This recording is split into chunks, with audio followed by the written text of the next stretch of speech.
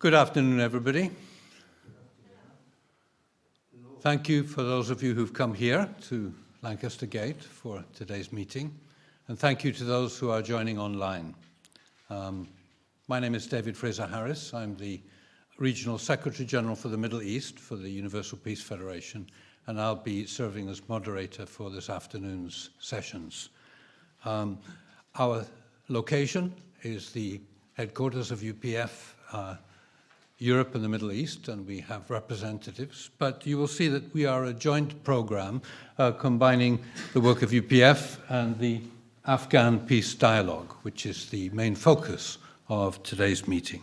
Strategies for Peace and Good Governance in Afghanistan is our title. Thank you for joining us. My job is to speak as little as possible and let other people speak. So I'm going to start by welcoming Mr. Robin Marsh, who is the Secretary General of UPF in the UK and can tell you a little bit more about UPF and welcome you much better than I can. Welcome. Let's greet Robin Marsh. Welcome, everyone.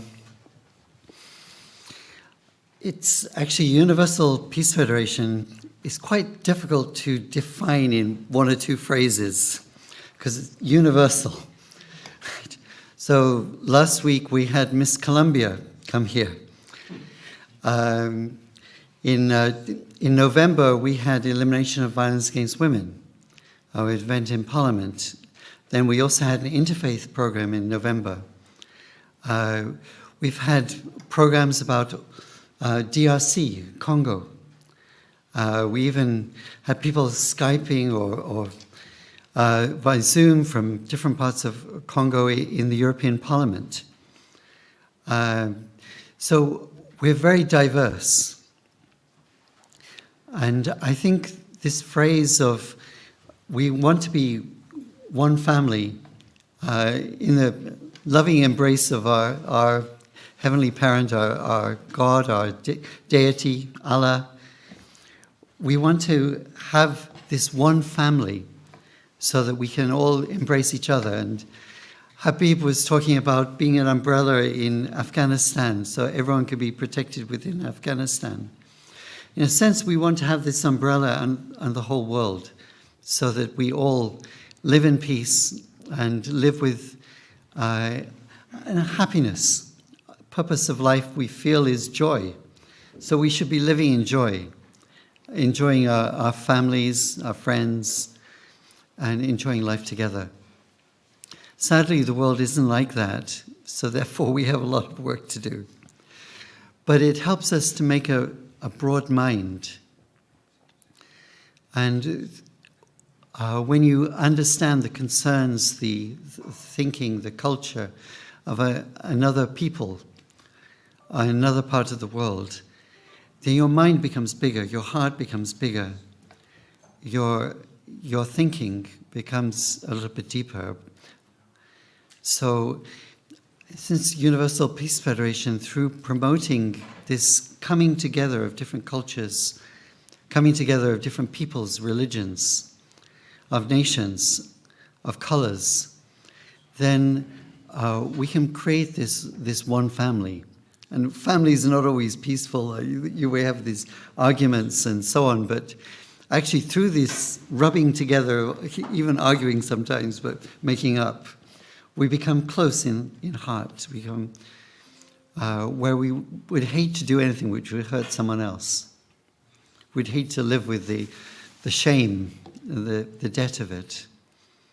So Universal Peace Federation was created by Father and Mother Moon, and they wanted to create that kind of heart in the world, focusing on the United Nations and creating a United Nations which does rid the world of a scourge of war.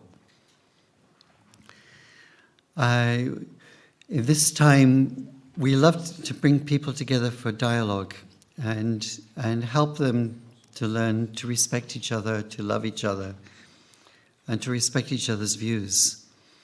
First of all, to create a dialogue, you have to win trust. And to win trust is a process. We have to take time to win trust. So I want you to feel that this is also part of your home, that you can come here in future and create events and dialogues and meetings where we can all build trust together, all understand each other. And you'll help us also to fulfill our function and our role. Thank you very much. Thank you.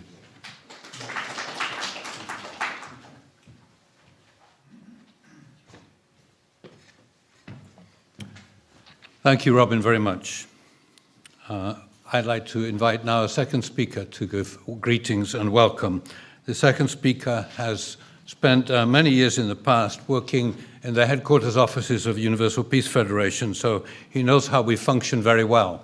In his current role, he has the small task of dealing with 71 countries around the world as the president of the Family Federation for World Peace and Unification for Europe and the Middle East. He will speak better than I do, so please welcome Dr. Michael Balcom.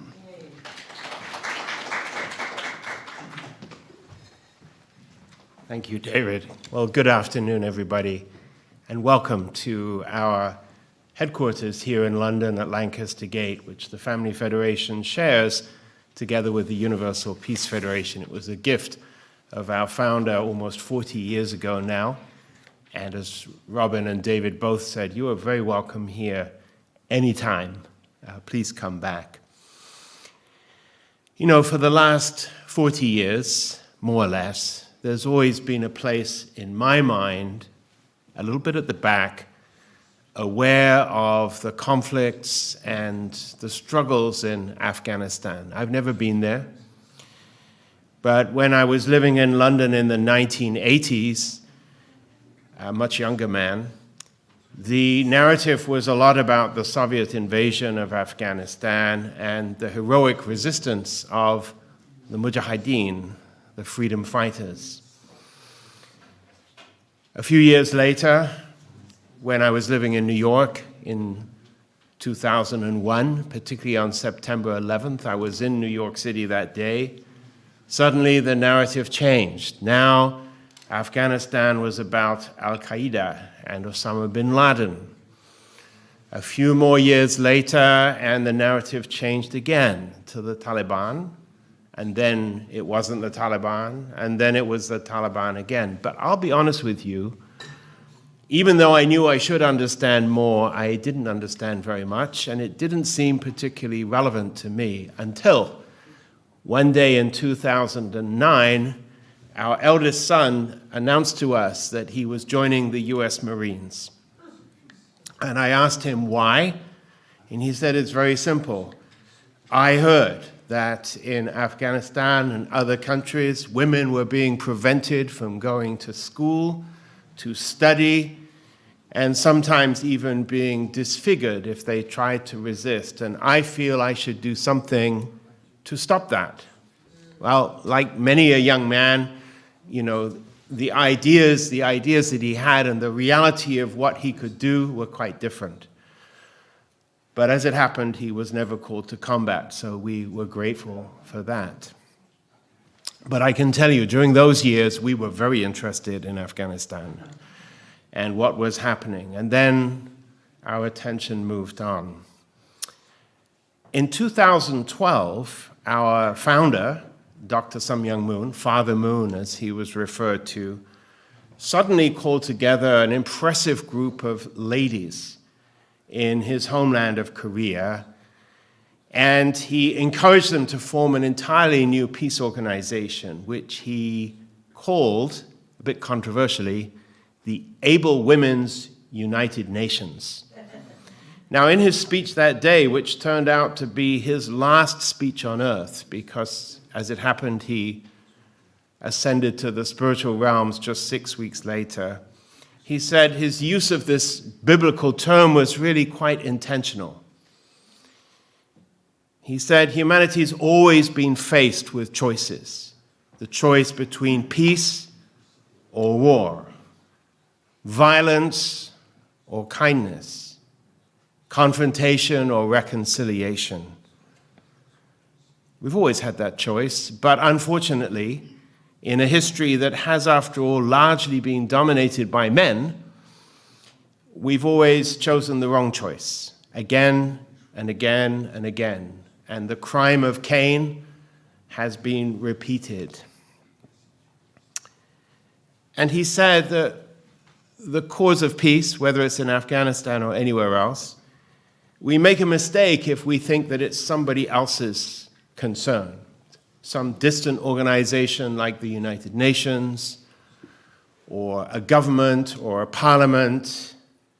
He said, no, the path to peace starts much closer. In fact, it starts within the human heart. Because if we are not at peace, even with our neighbors, our family, our spouse, we certainly will not be able to find peace somewhere else. And even deeper than that, if we don't have peace in ourselves, and particularly if we don't have peace with God, there is no peace.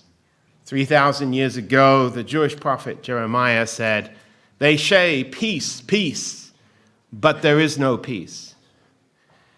So this is not a religious meeting, but I'm speaking to you from the heart that the road to the peace starts within ourselves. It starts with being kind and tolerant to each other and humble before God. And Dr. Moon said as he closed his speech, actually men are not very good at this type of work. Women are generally much better at seeking reconciliation and peace. So I'm really pleased to see a number of very capable and impressive-looking ladies in our audience and among our speakers today. I'm here to listen and to learn. And once again, thank you so much for joining us today. Thank you.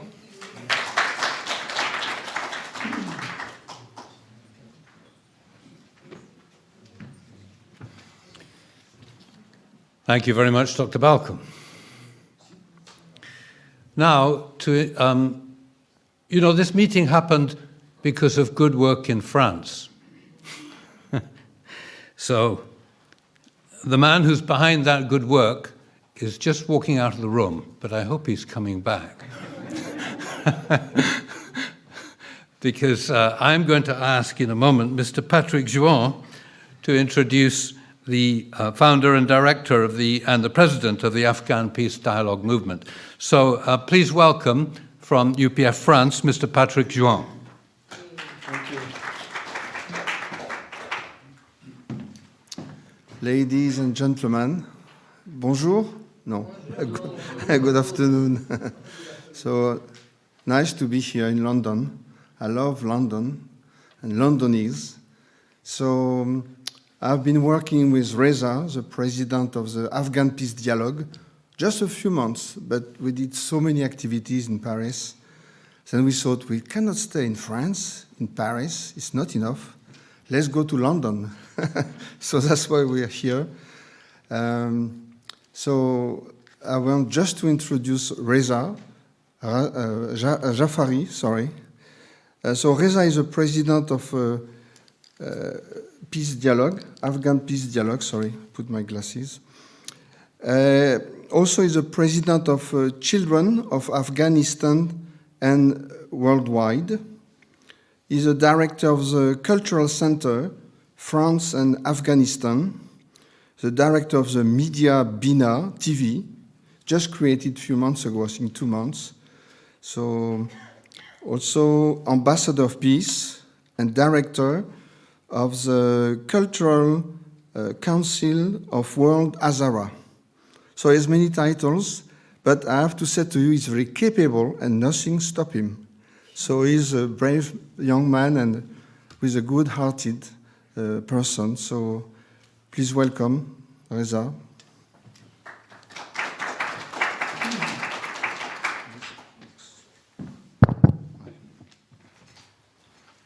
It will show on the screen his speech in English.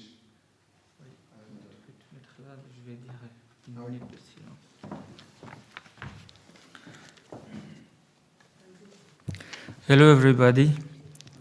Good afternoon. My friend Patrick go to translate. Yes. And after, I think you have my. Your Okay. speech will be, yeah. Okay, thank you. بسم الله الرحمن الرحیم. السلام علیکم و رحمت الله و برکاته. هموطنان عزیز، امیدوار هستم خوب و سلامت باشین. قبل از شروع صحبت‌های ما یک خواهش دارم، اگر امکان دارد 1 دقیقه سکوت به خاطر دختران و یا شهیدایی که در هفته گذشته متاسفانه در انتحاری غرب کابل کشته شدن، جوانان ما و شما، و بخصوص خواهر عزیز ما، خواهر هنرمند و گرافیکار ما خدیجه پناهی، 1 دقیقه سکوت به احترام شهدای عزیز خواهش میکنم داشته باشیم. این minute de silence pour les morts de l'attaque de la semaine dernière. So maybe you have heard about one attack in Kabul was done last week, right? La semaine dernière, last week. So how many people were killed? 25, yeah. So that's why we would like to ask you 1 minute of silent prayer.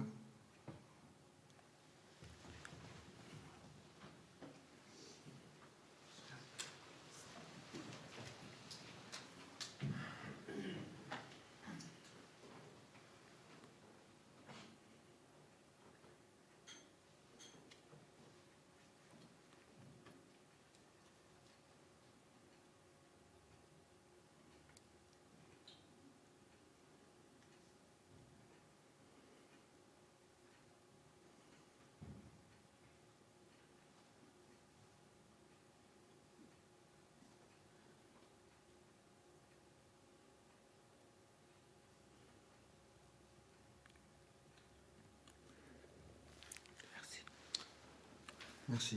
Amin. تشکر. مرسی. مرسی.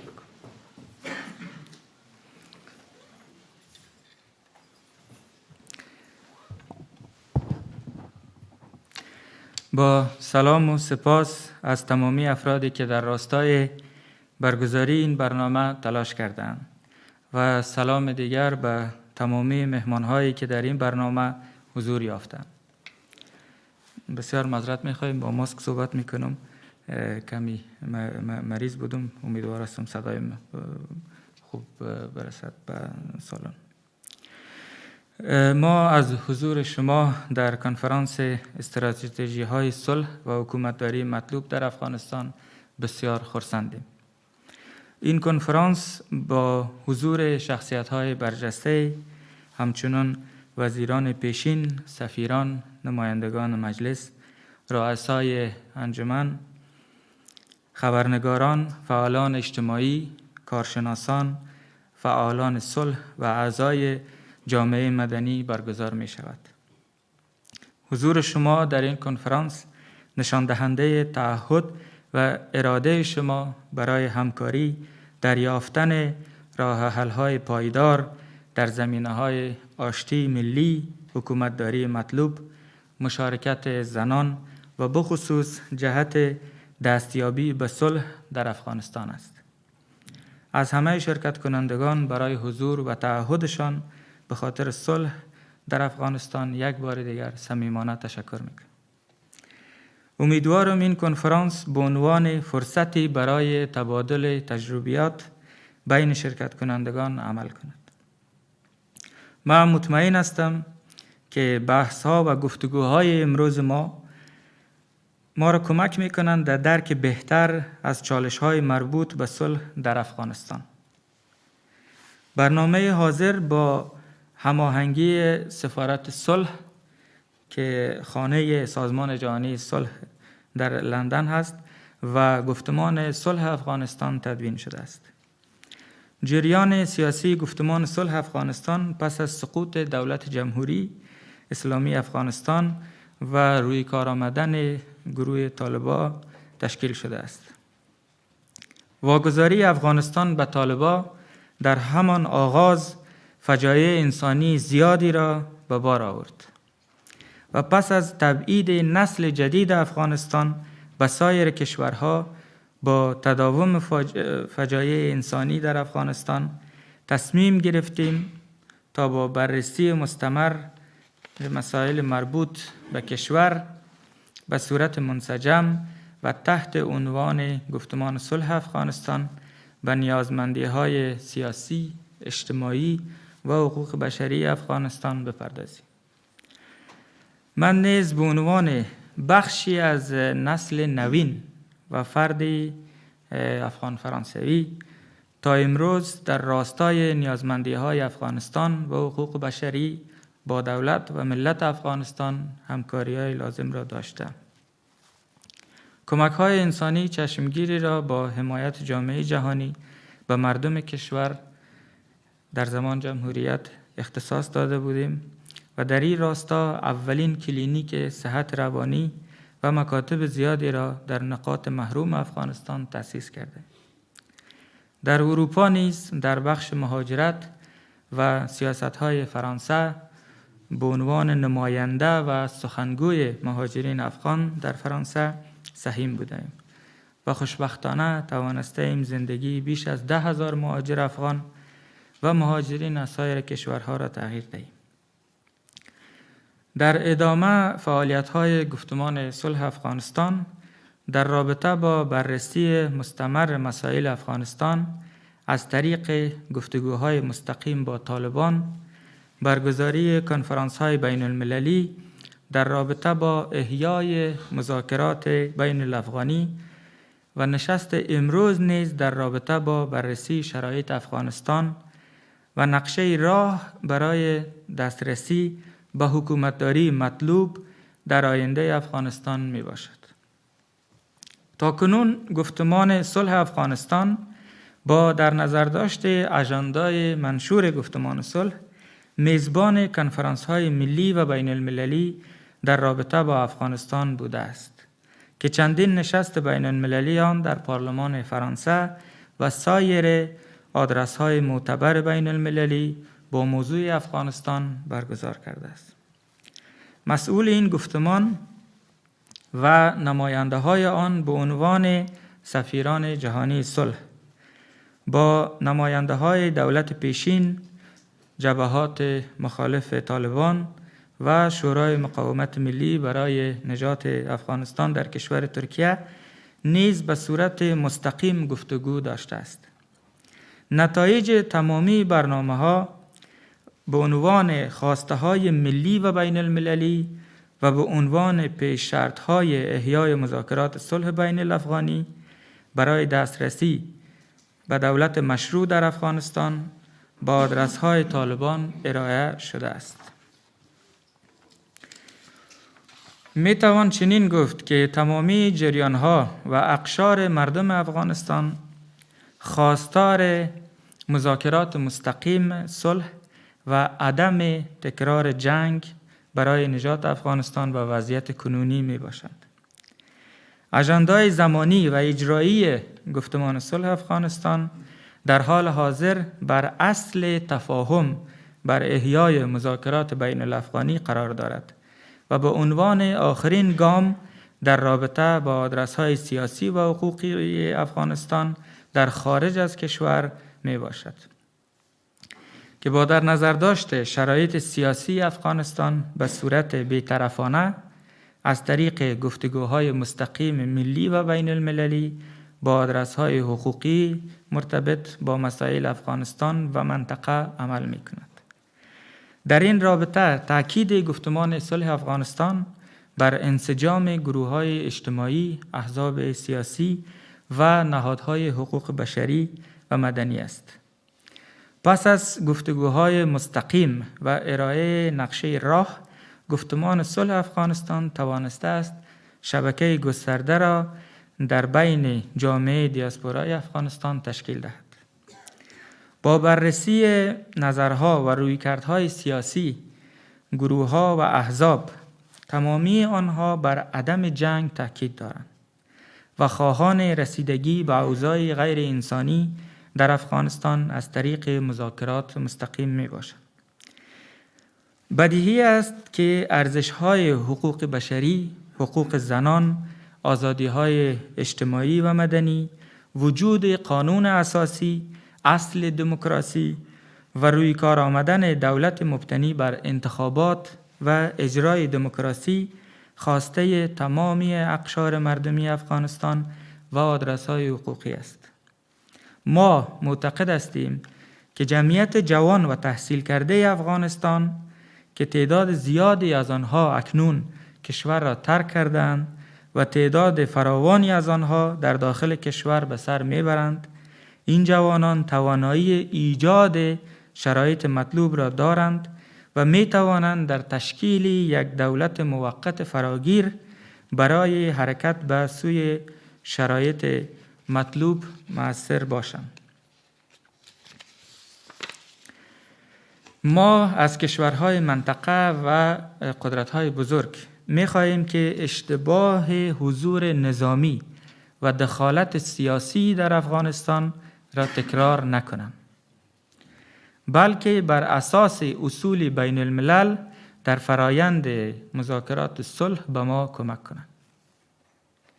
در ادامه همکار ما خانم راحله کویر به عنوان عضو گفتمان صلح افغانستان و سفیر جهانی صلح به نقشه راه و پیش شرط‌های دستیابی به حکومتداری مطلوب خواهند پرداخت.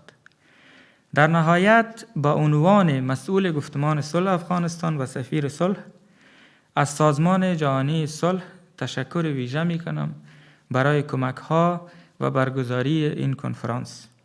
همچنین برای همکاری‌ها و تمامی تلاش‌های آینده در جهت ایجاد صلح و آوردن آرامش برای افغانستان بدون جنگ. برای همه شما یک کنفرانس فوق‌العاده آرزو می‌کنم و بار دیگر از حضور و تعهد شما به خاطر صلح در افغانستان سپاسگزاری می‌کنم. تشکر فراوان.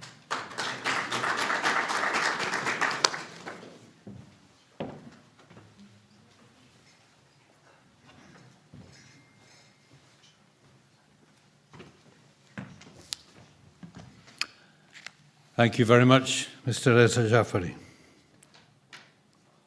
I want to say two things at this point.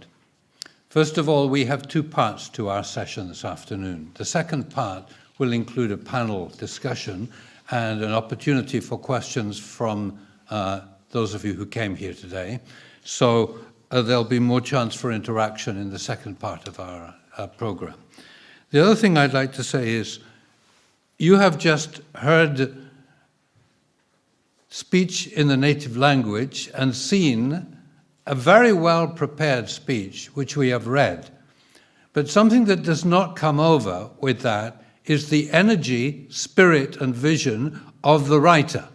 And I just want you to recognize that, because we had meetings this morning, and in the meetings we had preparing this morning, I saw in Mr. Reza Jafari somebody who's really going to bring change. And he has a youthful vision, which is very inclusive. So I'd like you to give a big round of applause for what we've just heard.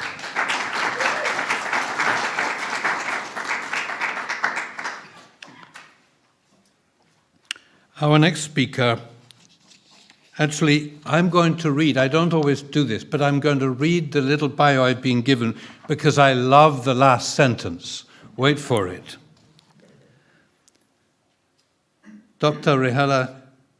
Rahela Kavir, medical doctor, president of the World Hazara Council and member of the Afghan Peace Council. Rahela Kavir studied her master's degree in public policy at Georgetown University, another degree in public health at the Institute of Tropical Medicine in Belgium, and an MD at Kabul Medical University. She worked for 16 years as a health specialist with the United Nations agencies and international organizations, and as a medical doctor and lecturer at medical colleges in Afghanistan. She is also a women's advocate and activist working for women's progress and community development since 1994 in Afghanistan. Currently, she is chairperson of the World Hazara Council. Rahela is the mother of 4 nice and great children. Let's welcome Rahela Kavir.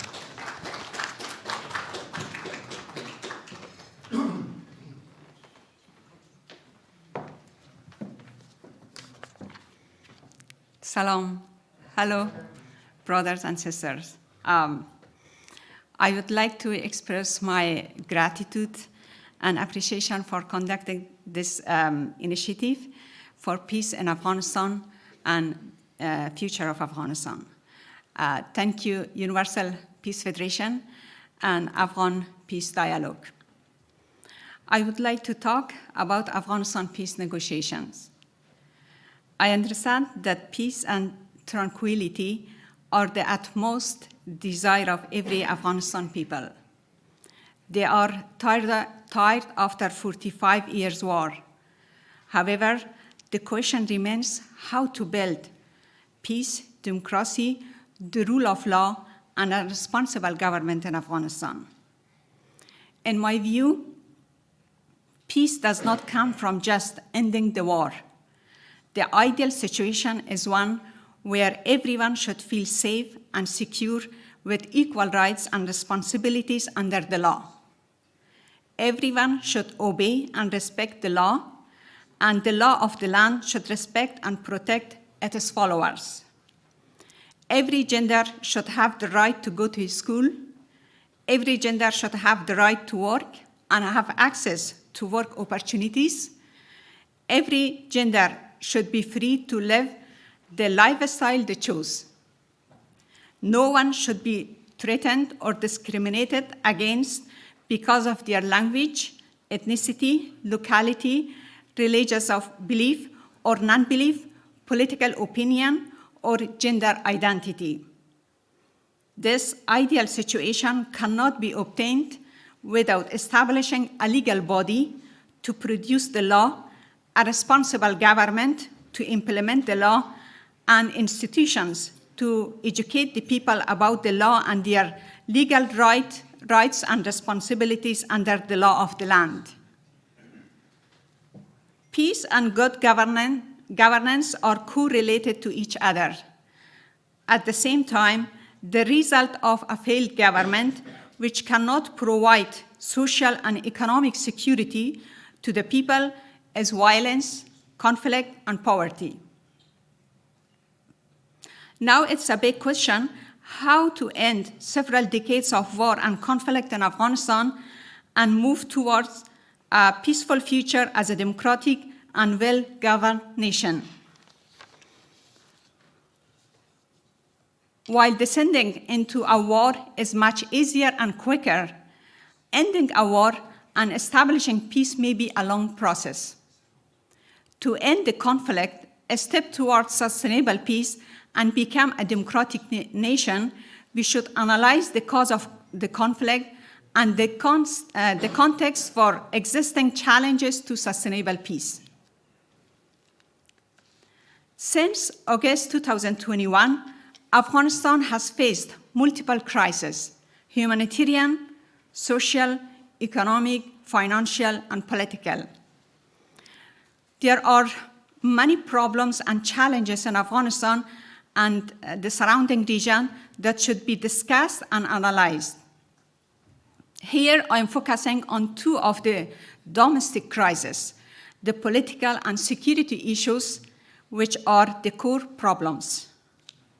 First, as to the political crisis, there is no legitimate government and constitution. The constitution and other laws developed during the Republican government has been abolished by the Taliban de facto authority. The de facto authority has not been able to establish a legitimate and inclusive government. Even though Afghanistan is a multi-ethnic society, most ethnic groups are marginalized and excluded from political participation and decision-making.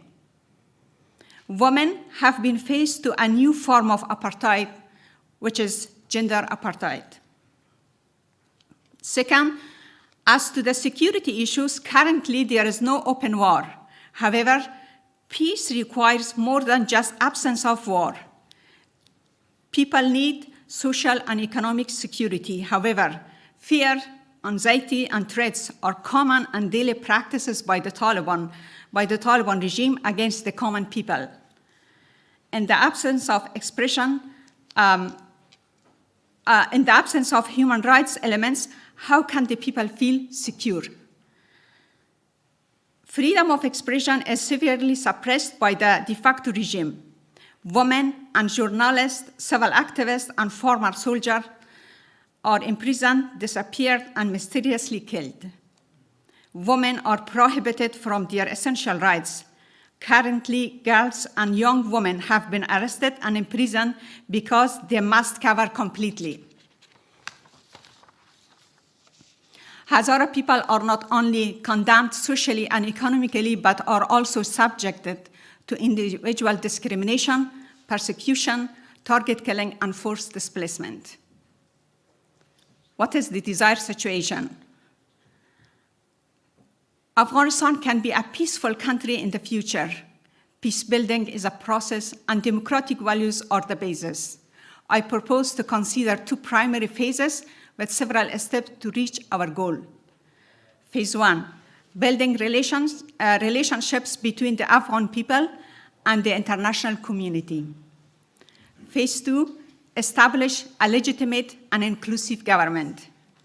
To proceed with the two primary phases, I support the recommendation of the United Nations Independent Assessment Report on Afghanistan, released in November 2023. Certainly, the report is a strong roadmap to help build a peaceful and democratic nation in the future. Unfortunately, it did not cover some serious violation of human rights against women and marginalized ethnic and religious groups, especially Hazara people. I am sure that the gap will be covered by our contribution and participation. The report proposed some actions in different steps. The first step, which provides a foundation for moving to on the next, is the stakeholder negotiation and dialogue. I agree that the absence of proper and systematic negotiation among the Afghan people is the main challenge for moving forward. Since Afghanistan is a diverse, multi-ethnic, multi-religious, and multilingual society, we need to build a culture that can provide inclusion and participation for everyone, and no one should feel excluded. I strongly propose several steps to provide engagement of all Afghan parties at the national and local levels in peace negotiation, reconciliation, and governance. Negotiation within every ethnic groups throughout their civil society organization, political parties, and individual activists inside Afghanistan and outside of Afghanistan. Negotiation between all ethnic groups and religious groups of Afghanistan. Negotiation among women of Afghanistan. And negotiation between the Afghan people and international community. The negotiation should be in the form of meetings, conferences, and workshops to let the Afghan people talk about their demands and express what they want. To make the result fruitful, support from the Universal Peace Federation and international community will be essential in providing guidance and instruction about peace building and conflict resolving. Coordination mechanism for execution of peace negotiation. To manage the negotiation, a mechanism should be established for coordination and collaboration among different stakeholders, such as Afghanistan civil society, political parties, and international organizations. A task force can be one of the coordination mechanisms to connect all national and international parties that want peace and sustainability in Afghanistan. The coordination mechanism can be divided in the international level, national level, and also among each interest group in Afghanistan. This is a basic concept to identify the primary step of starting a negotiation and dialogue. Moving to the next step needs more actions and activities. Thank you so much.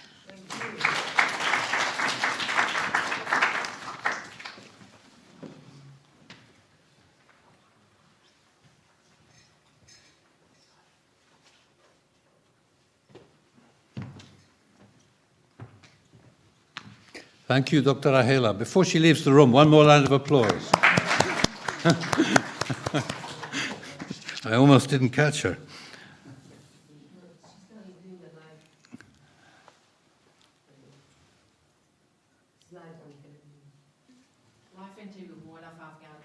I'm sorry, I didn't understand what Margaret said, but she's waving to me. Live television. Interview. Oh, I see. Now I understand what you're saying. There's a live interview at the back. Thank you very much. Well, maybe I need to be more alive and catch it more quickly. Our next speaker, the bio is too long for me to read. You'll forgive me, right? But it's very good here. This is ambassador, former ambassador to Norway, and also former parliamentarian. She's an Afghan politician, journalist, and prominent Muslim feminist. She has a higher bachelor's degree in, wait for it, hydrometeorology and geophysics from Kabul University. But she has 20 years of experience in legislation and lawmaking. She was ambassador to Norway, director of the Asian Women's Organization, chief editor of Aina Al-Zan, Women's Mirror, and she was elected in 2005 to the Afghan parliament, one of the few women who really spoke up for women's rights at that time. She's also been named Women of the Year by BBC Radio 4, that's Women's Hour, and won a Human Rights Prize in Italy, among other things. This is a wonderful opportunity for us to hear the input. We heard a lot this morning, I can tell you. You're in for a treat. Now we're going to hear from Shukri Barzai.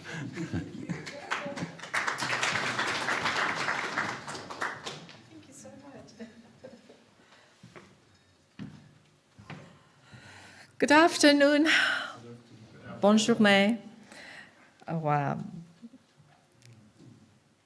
بعد از ظهرتان بخیر. It's really an honor to be here among you wonderful people where you believe peace, humanity, democracy, no matter which part of the world we are, but I think we should keep our goal and struggle to be a peacemaker.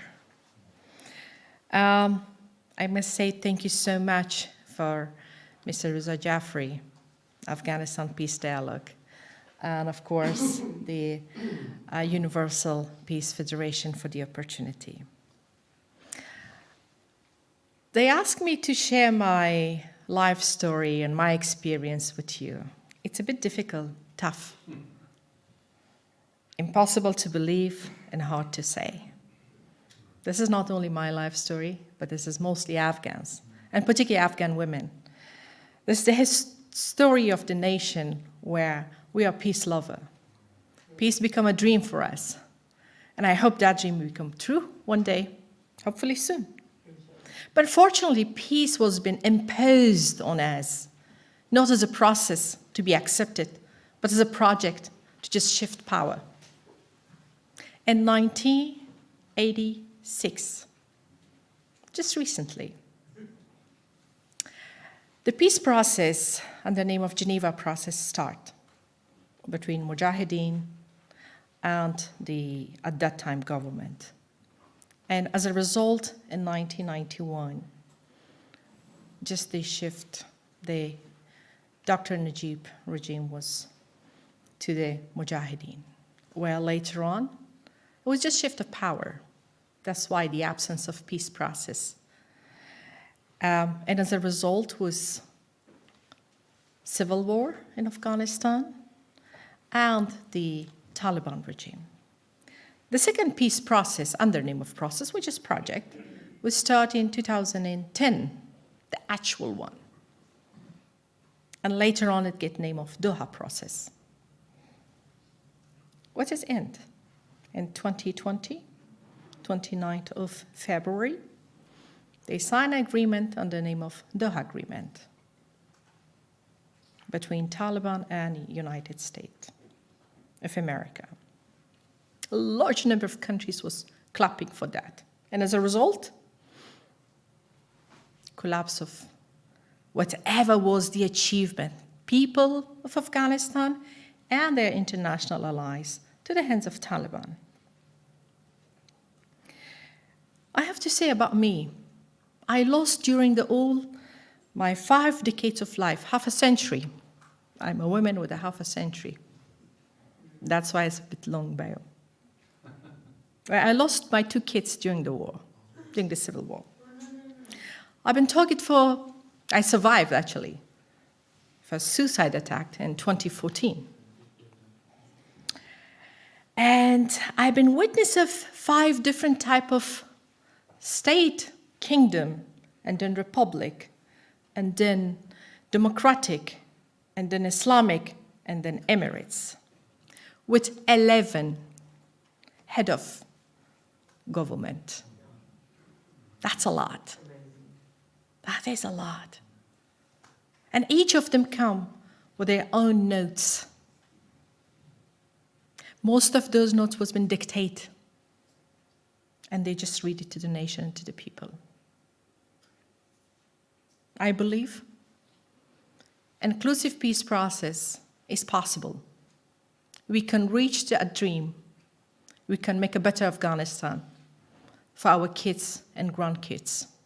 No matter how much we pay our life and we sacrifice, but still the great hope is in our heart. No matter which color we are, which ethnicity, and which country, but our struggle will make this world one day to be a peaceful land for everyone. I don't know the definition of peace is different for everyone. For me, living with equality, with equal opportunity, having rule of law, and of course having the right to elect the government. And having all the beauty of Afghanistan, which is quite a rainbow when it comes to the diversity of Afghanistan, religions. You know how many religions are in Afghanistan? At least the official recognition was 4. When we draft the constitution, I had the privilege to do that. Islam, Muslim, Jew, Hindu, and Sikh. They are part of us. And we respect and love all of them with quite equal rights. And of course, the inclusive peace process can start maybe today from this room, maybe with the help of each other, maybe with the support of United Nations, maybe with the political pressure, because enough is enough to ask the people of Afghanistan and to be watch the suppression of women in Afghanistan and the violence, gender apartheid, genocide, crime against humanity. I think it's enough. We need to change the chapter. And it's time for a new chapter. And I believe peace without justice and justice without women may not be a peace. So that's important to have women on the table, on the menu, and working and seeking for peace from the bottom of our heart. Not just for a political project, and not just for share powering, and not just for shift from one group to the other. Afghanistan pay a lot under the name of religion. It is enough. We are fed up from this holy religious war. We've been Muslim, we are Muslim. But we have to keep in our mind how to practice as a good Muslim and how to respect each other, how to do not harm each other, how to be kind with each other, and how to keep justice as a tool where everyone could believe this is the land belongs to all of us, and each of us should contribute as much as we can. It was a mix of my life story and what was the demand of the Afghan people.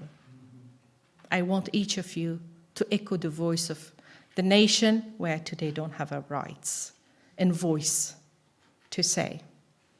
A nation, we don't choose to be in a war. War always was been imposed on us.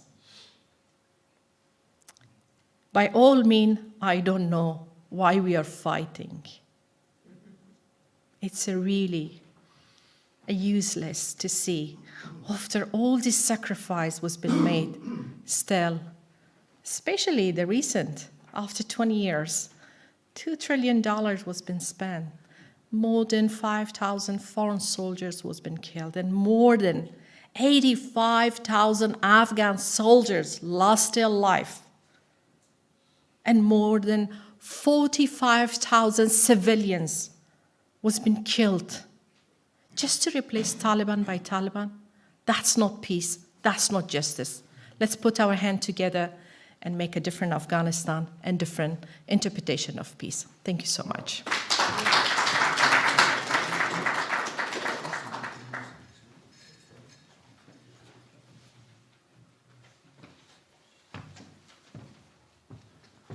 Thank you very much, Ambassador. We feel your resolve, and we are with you. Actually, in the meeting that we had this morning while we were planning, I could see everybody was saying, we've heard enough of complaints. We want to look at the solution and move forward. So I think we're hearing some of that today, and I hope we can use it as a launching pad to move forward together. It's now my pleasure to invite the ambassador to come back on the stage. And there's going to be a short presentation. I'd like to invite Mr. Jacques Marion to come as well, and Mr. Patrick Jouan. I'll let Mr. Rizzo.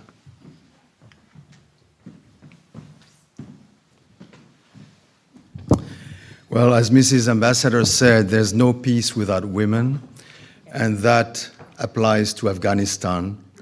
And we are very happy and honored to offer the Ambassador for Peace Award to our ambassador, former ambassador to Norway.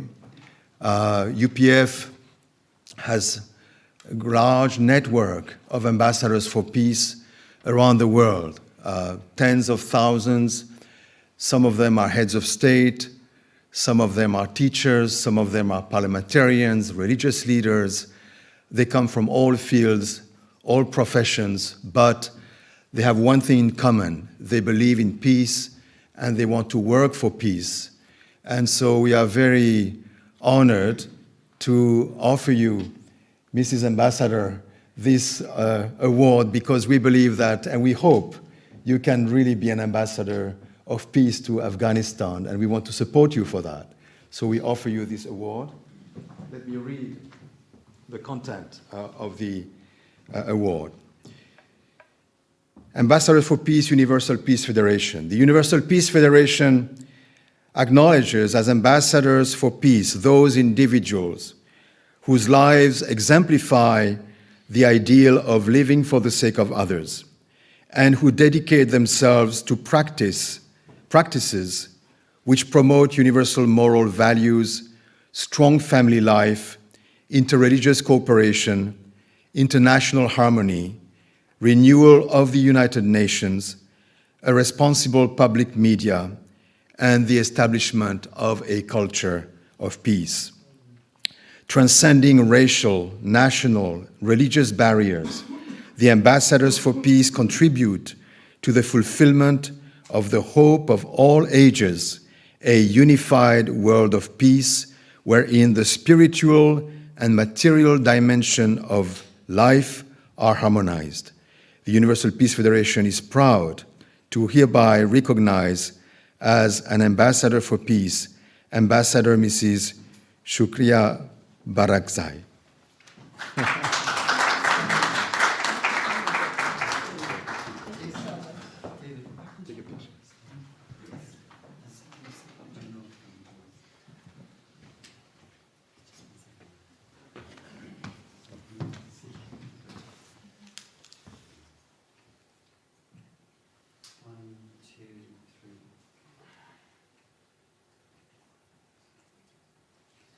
Thank you so much. Thank you.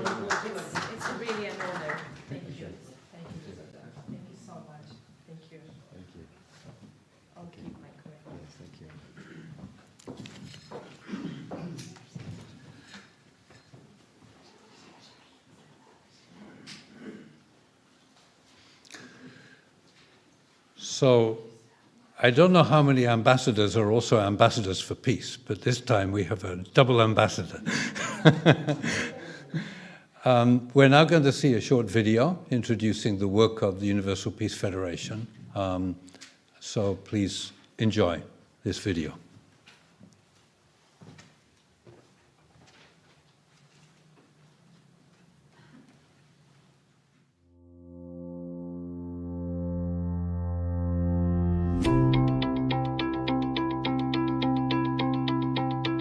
UPF had its inaugural assembly on September 12, 2005, at the Lincoln Center in New York City.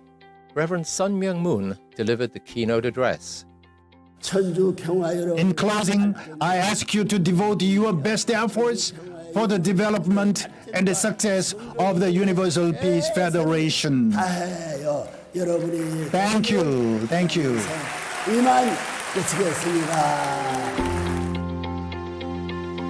After UPF was founded, there was a series of world tours where the message of UPF was taken literally to every corner of the world.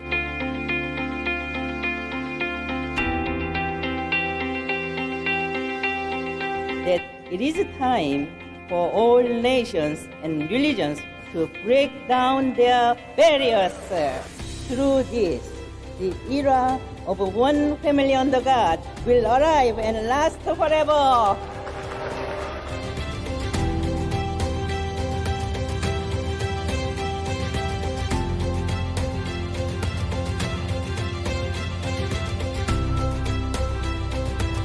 UPF is God's cherished hope.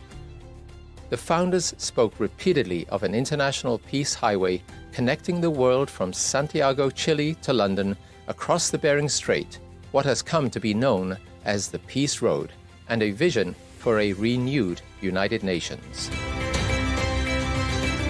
UPF emerged on the foundation of decades of programs initiated by its founders and carried out in all parts of the world. Its growth and development over the past 15 years has been dramatic, if not miraculous, owing in large part to the work of tens of thousands of ambassadors for peace, peace activists, and volunteers who draw from all nationalities, religions, ethnicities, cultures, and traditions, bound together by a vision of peace, a vision of humanity as one global family under one God. The range of programs over the years has been both broad and expansive, from character education to strengthening the family, from conflict prevention to conflict resolution, from poverty reduction to environmental stewardship, from interfaith dialogue to youth service initiatives, from support of the United Nations to partnerships with the African Union, and a wide range of international organizations and NGOs. UPF has a global, multinational, multi-faith network of more than 100,000 ambassadors for peace who support and contribute to the mission and works of UPF. UPF's highest award, the Leadership and Good Governance Award, has been given to distinguished leaders the world over.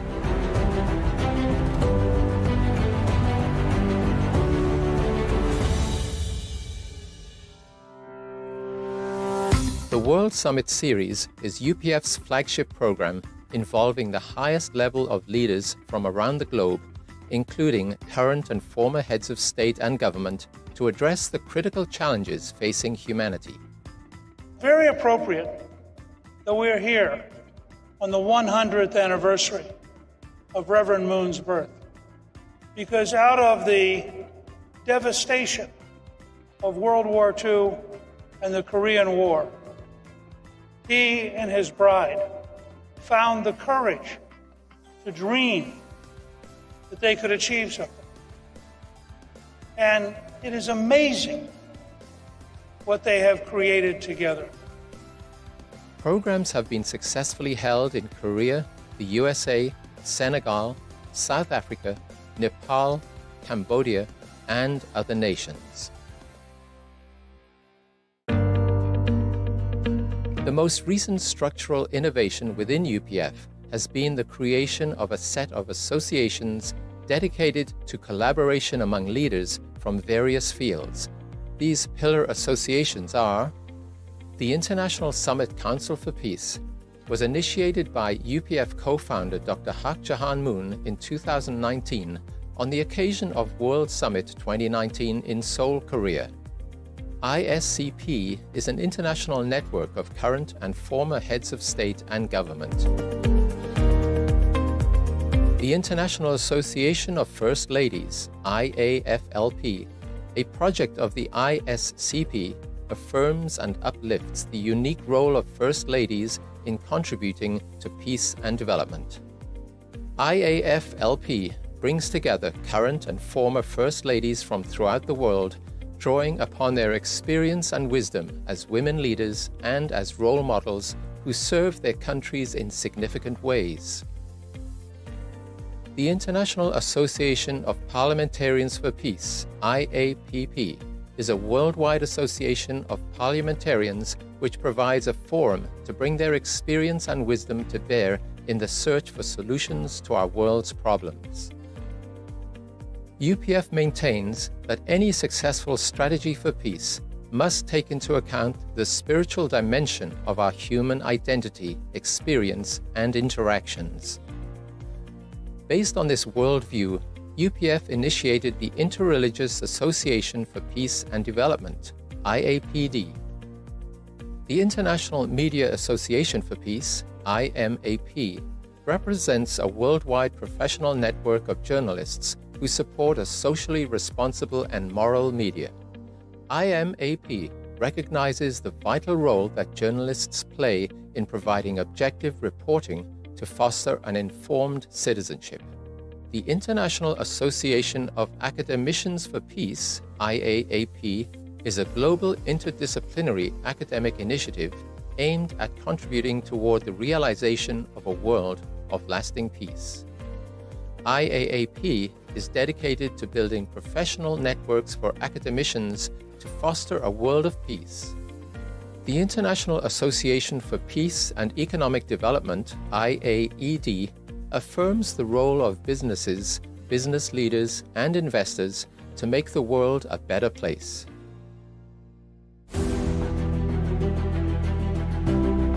In early 2020, UPF convened a rally of hope featuring dignitaries including Pastor Paula White, Cambodia Head of State His Excellency Hun Sen, President Macky Sall of Senegal, former Canadian Prime Minister Stephen Harper, former US Speaker of the House Newt Gingrich, former UN Secretary General Ban Ki-moon, and many others. I believe that the Universal Peace Federation and its a broad set of partnerships in the realms of politics, religion, academia, media, economy, arts, women and youth serve as a good model. I believe the Universal Peace Federation will become a cornerstone to build lasting peace around the world and the heavenly unified Korea based on interdependence, mutual prosperity, and universal values.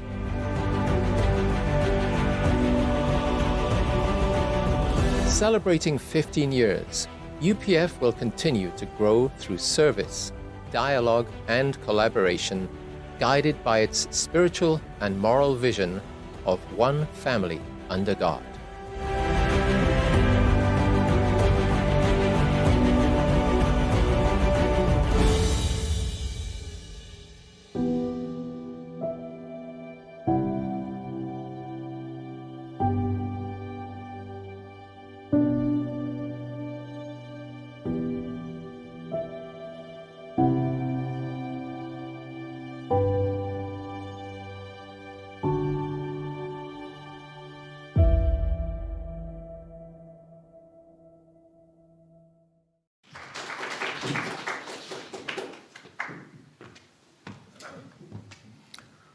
Well, I hope you enjoyed that. I think it gives a good vision of UPF's work And I think if you've been involved in UPF, you should be feeling a little bit proud when you see a video like that. The next person I have to introduce is a good friend of mine, a brother of mine, who is, I have to say before anything else, a man of God.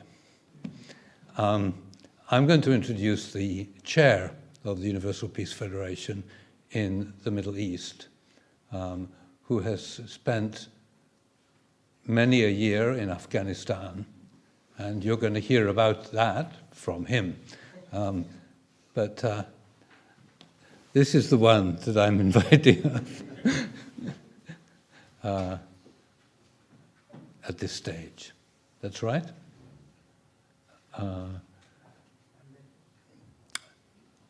Wait a minute, are you telling me I have changed the direction? Yeah. So actually, maybe we should go first to, sorry. Another brother of yours. Yes, another brother of mine.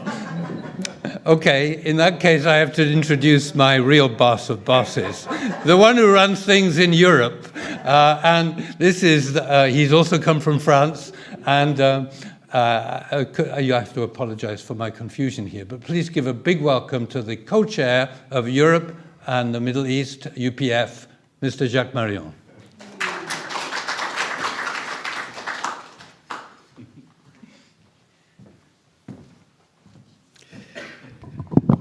Good afternoon. Thank you very much. I'm happy to be your brother and brothers of many of yours here.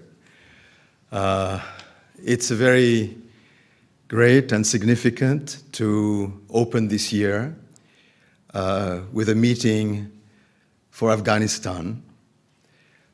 Somehow, Afghanistan attracts attention and expectation from the whole world.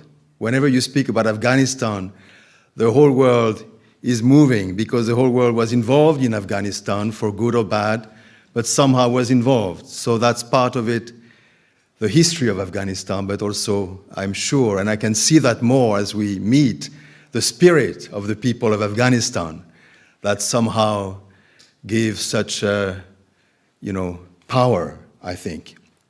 And hopefully the power of peace after the power of war.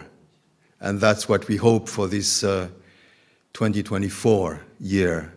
And we are very happy to start to initiate with Reza in France. We've met, as Patrick has mentioned, already since just last year, a year ago, and many activities. And now many more, Mrs. Ambassador and others today. We had the meeting this morning and discussed our future cooperation. You've heard already about UPF. There's much more, maybe just say a few more words because you already understand the depth of the breadth of our organization. Actually, UPF was created in 2005, but on the foundation of many years of, on one side, interreligious work, and on the other side, international, intercultural work with political leaders, with all kinds of leaders from around the world. It's decades of work, and UPF is the culmination of this work. And why bringing together all these people, particularly religious leaders and political leaders? Because you need to bring peace in a nation by harmonizing politics and spiritual values. Otherwise, it doesn't work.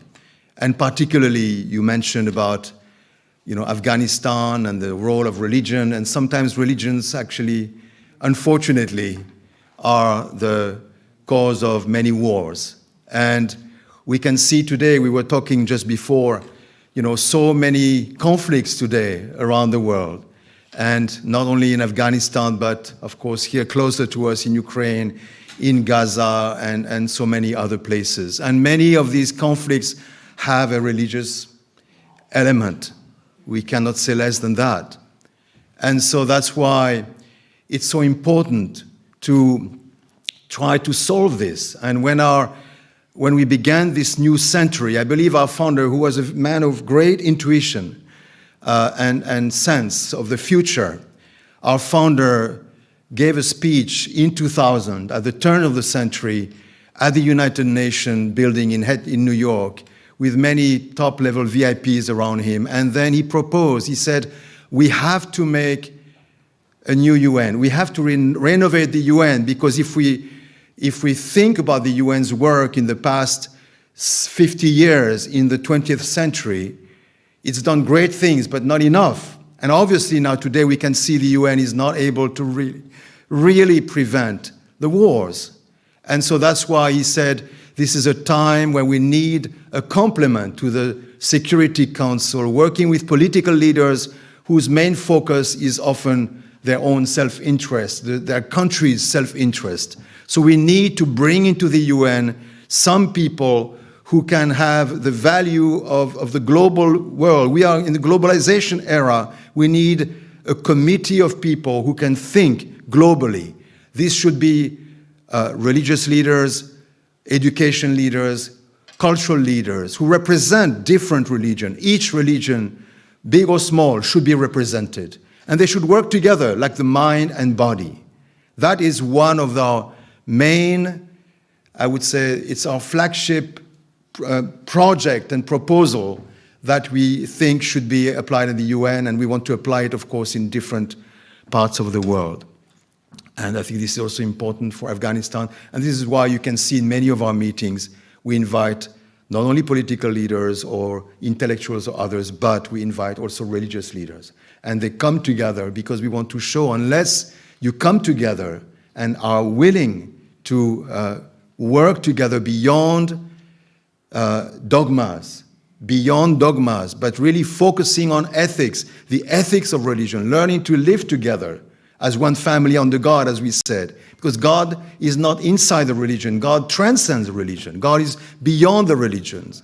And that is why we need to create that kind of family where everybody can feel their place.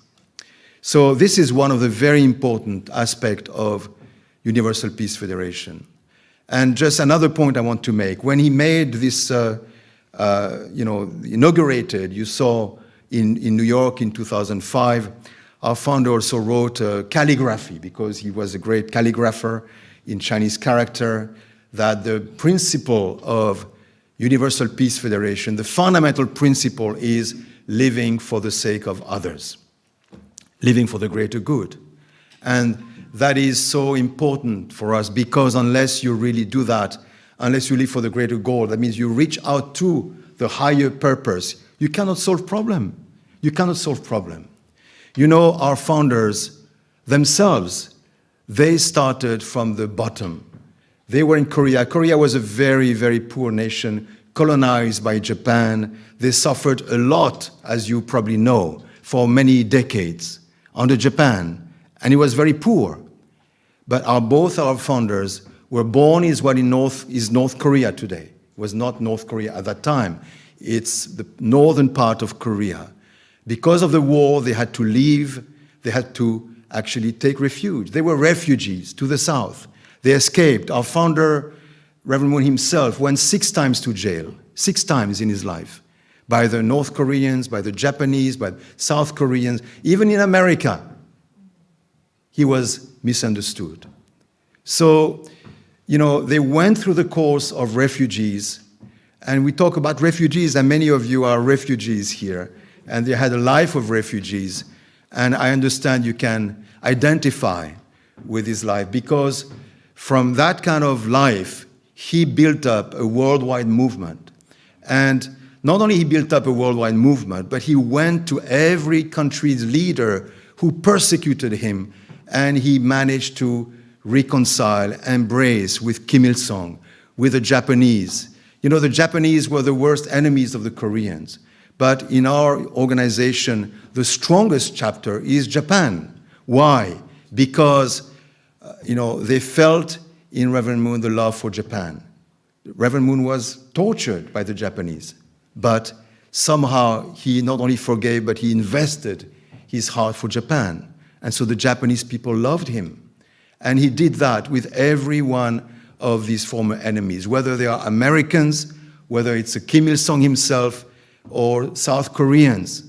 And based on that foundation, living for the sake of others, that's what it meant for him. We have to go beyond the past enmity. And that kind of path, I feel, is really something that if those refugees, suffered, those who suffered the most have the greatest future if they can live for the sake of others. And that's what I feel when I when I see our young friend here, Reza, because he wants to reach out to others, to all the warlords, and even to the Taliban, and even to to others. But he wants to reach out to the women and with the youth and young generation, and truly build together this one Afghanistan. And that's why we feel we have to support. We want to be a platform that can help. We are a platform for peace and reconciliation around the world, and we are very happy and honored to work with your organization, and we truly wish you great success, great success. And I think now the man who is a friend and the man of God, you will see why, because he will tell you what he did in Afghanistan. So you welcome him, Umberto. Thank you.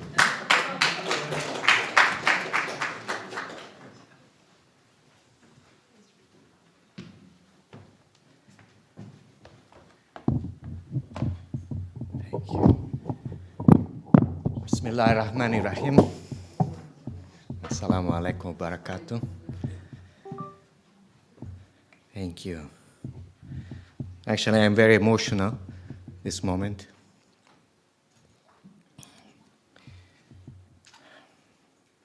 Because I live with you, my brothers and sisters from Afghanistan. And some of you are here. Some of your family lost 25 members in the war. We are just sharing a lunchtime. Our ambassador for peace lost her children. I really honor you, because many people who have given up, but you never gave up. And that's what motivates me, my family, and UPF members that are here standing with you. And our message actually today is that, we are with you, don't worry.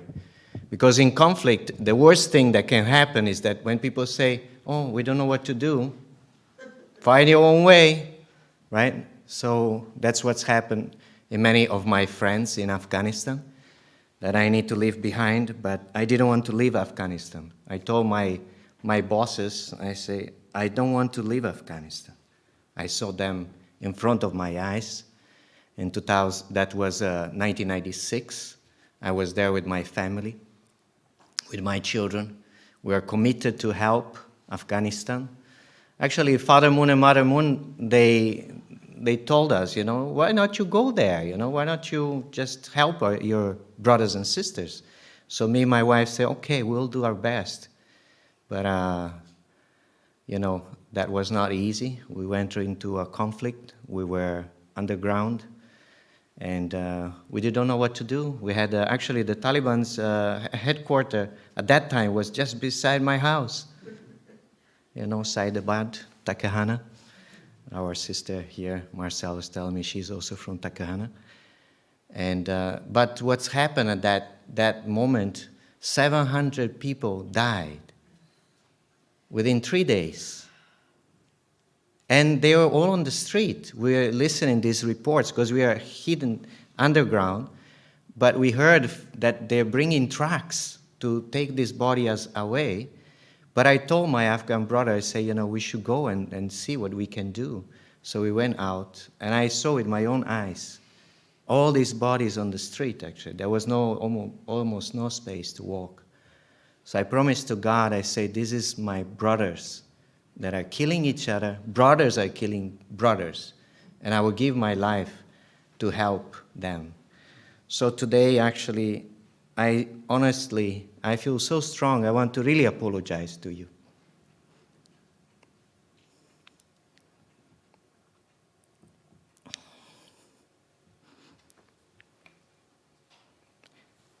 "37 nations came to help your country. But they went through their own interest. They compromise. Actually, we compromise at the international community. And you are suffering because of our mistakes. We had technology, we had manpower, we had all the top-level things to save this nation, and we misused that time. So actually, anyway, I don't want to be, I want to go over this, but I just want to mention to you, I need to say, because, you know, if we need to be victorious, we need to start from healing and understanding. And I believe this today is a new beginning with you. So this is a picture, maybe you can put a little bit less light, you can see Afghanistan is not just a land of, you know, desert and war and drug law, you know, these things that you hear. It's a beautiful place. You can really be in love. So you just need to have time to go there. So you imagine we went there, we knew nothing about Afghanistan. Actually, from my country, I was raised in Italy. And they told me, you know, when they heard I was going to Afghanistan, why are you going to work with the enemies? You know, they're the ones that are coming from the south of Italy that want to take over. And I say, excuse me. I say, I'm not part of that past, and I want to go there, and I will bring my family there to serve the people. So we wanted to bring hope to the people of Afghanistan. That was 1996. We want to bring love and encouragement to those people. So we start with, you can see here, this young guy here, that was me, you know, with the orphans. That's how I started to understand the local people. And we started to work with the street children. And actually, they loved me. I didn't love them. They embraced me. They loved me. We worked with the women. You know, we targeted women and the most vulnerable and children. And then we expanded. I became the representative international advisor for the National Olympic Committee. I'm a sport, you know, I'm tennis teacher, so I always liked sport. I was advising them. But then we started to think more deeply what else to do. And we saw that the youth of Afghanistan, I want to let you know, especially those foreigners who are here, listening to the Afghan you know, brothers and sisters report, the youth of Afghanistan is so powerful and so eager to learn and to do something for the Lord. Some of them will speak more later on. And, you know, they all wanted to become a youth ambassador for peace. Now we're talking about the senior ambassador for peace, but we could raise 1,200. We had these young guys, you know, like a smart, speak English like, you know, perfect English, better than my English. And they would come and they learn everything about, you know, our peace work. And they were becoming from all the different tribes, Hazara, Pashto, Tajik. It was very, very beautiful experience. My wife was there with me. And some of our ambassadors for peace, they worked through the different governments. This was a project in Kabul, the Kabul River. Maybe you saw some of these projects. This was under President Ghani. This our work with is my wife there in the middle, Marilyn. She's American. You imagine American, you know, that goes to work in Afghanistan. She was teaching at the Kabul University, and she was very proud to help the Afghan youth. She was very inspired by them. And most of the children were there. They were the children of the leaders of Afghanistan, including Madame Shukra Barakzai. And we work with all of them. You can see in the picture, my wife started a parliamentarian women for peace, all different initiatives, just, you know, with a desire to help them. This is, we also work with the senior ambassador for peace. You can see on the side of the picture here, there is one Sikh religious leader. You heard about Mrs. Barakzai explaining, you know, there are all kinds of ethnicities there. They were discriminated, so they wanted to work with us, and we create a network of ambassadors for peace inside Afghanistan. And also we could launch in 2017 the International Association for Parliamentarians for Peace. This was another important event. Thanks to, you know, the leaders that were there. They are the ones that facilitated us. And one of them was Vice President Khalili. At that time, he was one of the vice presidents. And we could bring parliamentarians from India, from Nepal, and we discuss how to do some peace initiatives, and also the youth of Afghanistan, some youth ambassador for peace, they join us. And this was based on the work of UPF. We worked with Vice President Halili. Actually, that was a long time ago, in 1996. He was not the vice president. He was just one of the Mujahideens, I can say, right? And but somehow he liked our organization. I said, let's work together. So I invited him to Korea, and you can see the picture here on the left. He attended the UPF summit, and he was so inspired. He said, let's invite Father Moon and Mother Moon to Kabul, and so to speed up the process. There was a lot of hope at that time, actually. So we did a very interesting conference where 300 top-level leaders of Afghanistan came, and we were in the Kabul Serena Hotel. And after that, we went to President Karzai and to give him an award, to encourage him to work for peace. So we gave the Good Leadership Medal Award. And later on, Vice President Halili came also to Korea. And, we continue partnership with the different factions. I may talk about him, but we, again, need to find always a way where someone can respond. Not just want to talk, but want to do some work. So I'm very inspired today that you are here, the new generation of Afghanistan. And so we started something. This was 2021 on September 26. We wanted to really go forward with the Afghanistan Peace Initiative in the middle of this difficult transition, with the Taliban government. So we invited again our experts from different parts of the world, from America, from Asia, and we brought Vice President Halili, and also this on the left is from Pakistan. He was a former prime minister, he's a good friend of mine, and good friend of UPF, he's an ambassador for peace. So we have some background work that we can put on top of what you are doing. So I think there is a lot we can do from now on. But in conclusion, I think we just start to work. We need to realize that it's not easy to solve, like you say, the problems of more than 40 years of war, and we need to be aware of what is the reality. So you are telling us more, about the facts, and we need to learn from the past mistakes, especially from the international community, and create a coalition of experts. UPF has this kind of platform. We have experts that can help to transit from war to peace. We have many countries went through already. But also I believe that Afghanistan can be a role model for the war that we're having now between Palestine and Israel. I strongly believe that. So if we can succeed, because we are a few steps ahead. And so anyway, just to end, again, I want to thank you. And I want to just encourage you. I feel very inspired to see these new brothers and sisters from Afghanistan. Thank you, Reza, for putting a lot of fire into our work and to bring us here.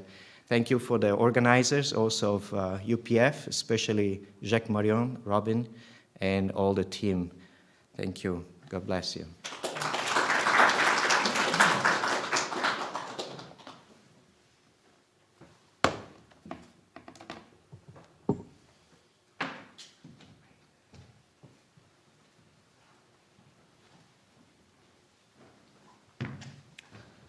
Thank you, Umberto, and thank you, Jacques. Could we have an applause for both brothers?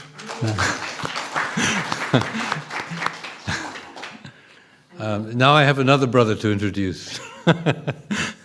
The chair of the Universal Peace Federation in the UK is also a former member of Parliament, and his name is Keith Best.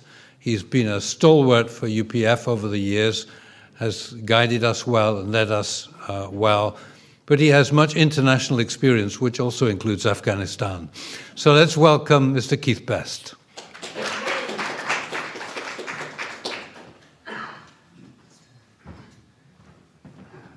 Well, messieurs, dames très distingués de la France, bonjour. Soyez les bienvenus ici aujourd'hui. It's a great pleasure to be here.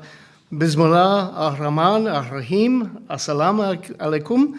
It's great to see so many people here with such an interest in this very important part of the world. Afghanistan is both geopolitically and strategically a very important location. And sadly, the withdrawal 2.5 years ago, and it seems like only yesterday sometimes, has left a vacuum into which already the Chinese are being sucked, and we are seeing a very dangerous situation there, which goes far beyond the scope of Afghanistan itself as a country. I was very privileged many years ago, and looking at some of you here, I'm afraid it was before some of you were born, to actually have been able to go to Afghanistan.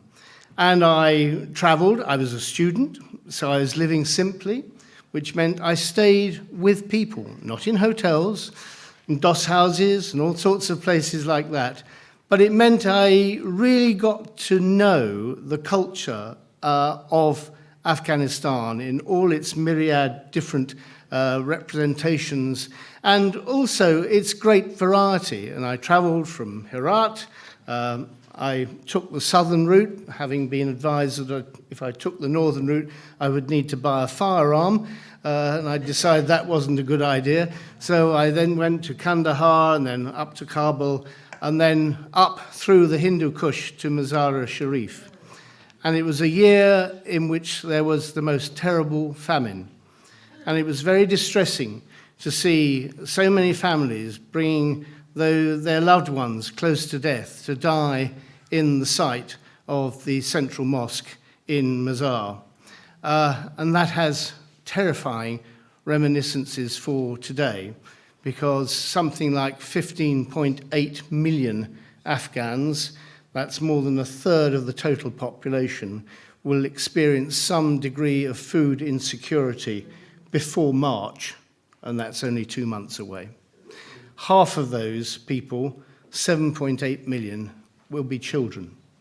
So it is an enormous respect I pay to Reza Jafari and the Afghan Peace Dialogue for the humanitarian work that you're doing there, because that is so desperately needed.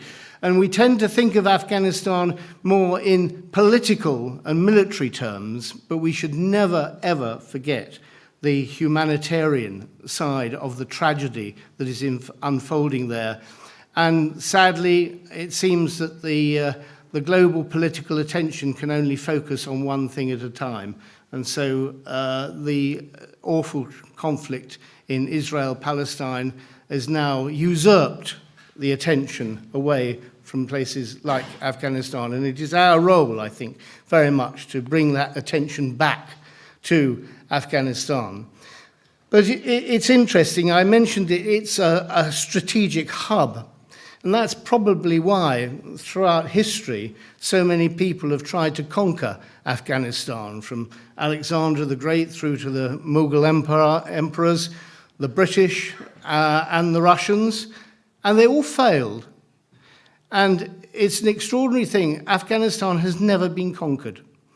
And it is that sense of resistance and resilience, which I certainly saw amongst the Afghan people when I was there, that gives me great hope for the future of the country. Also, the other hope is that now the diaspora is so great and so full of very many distinguished people that there is a real possibility that if that diaspora can come together, either under the aegis of the Afghan Peace Dialogue or another, then it can really have an influence. And we've seen so many different constitutions. You were party of drafting one of them. And that is unfinished business, to get a proper constitution which is truly inclusive.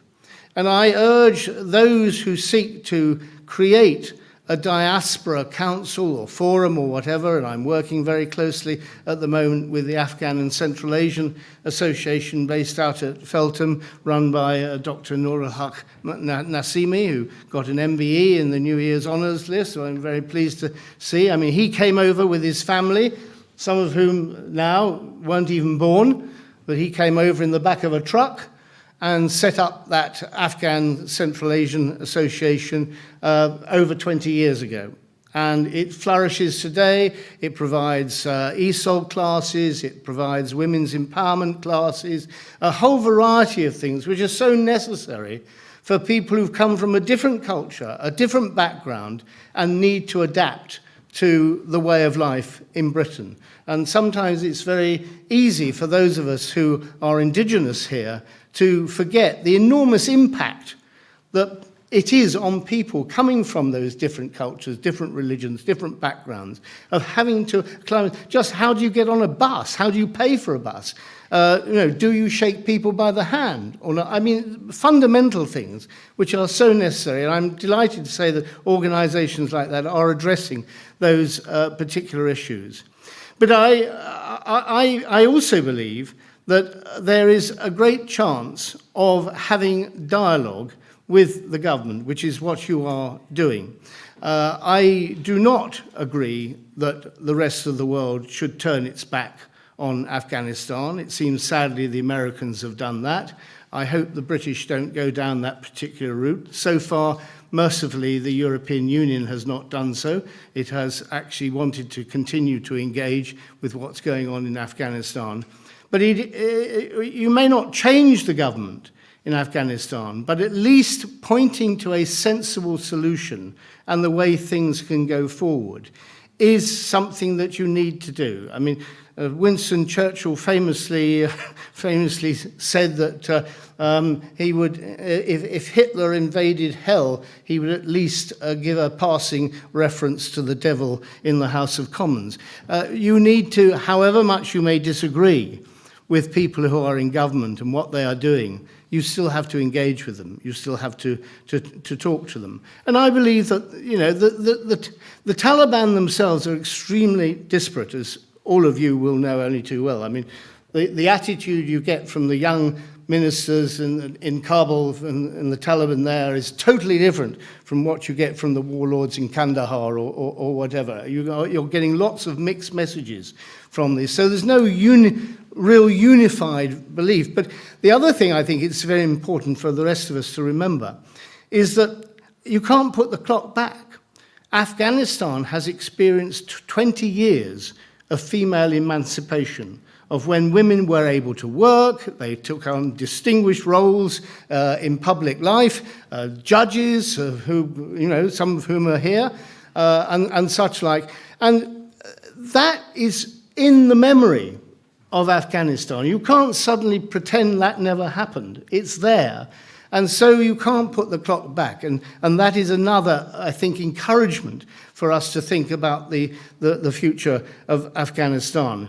But I really do feel that UPF here has a fundamental role to play in the coordination of this.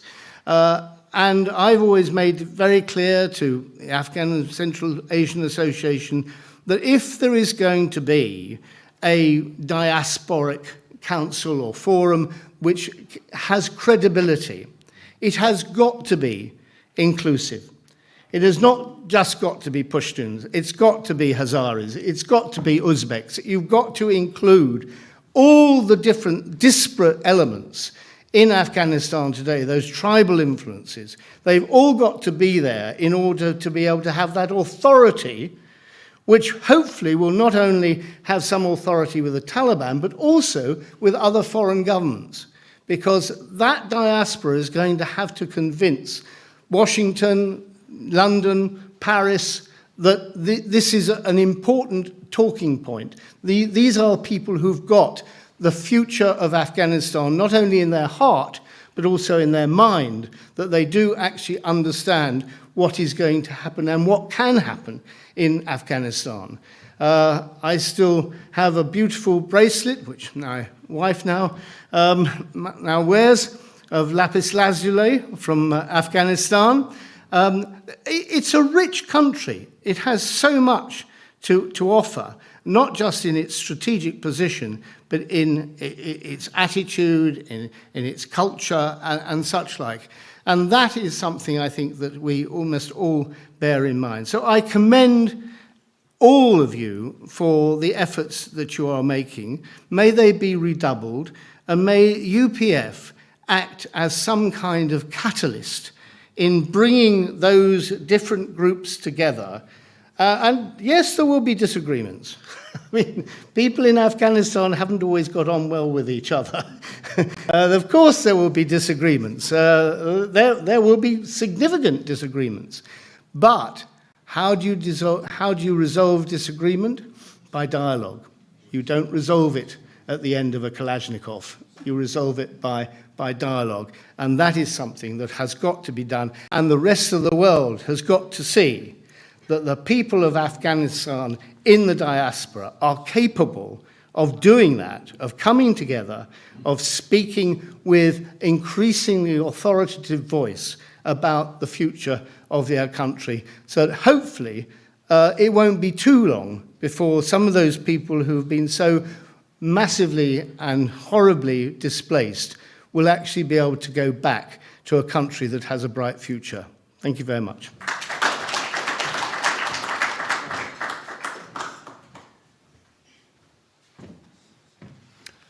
Thank you very much, Keith. Excellent. A big round of applause for Mr. Keith Best. We're now coming to the panel section, so I'd like to ask for a little help, and we'll put some chairs up here. I think there should be 6 of them, if my mathematics is right. Raymond, I'm not sure what we're going to do about mics. Do we keep this one, or do we bring another one? I'm not sure.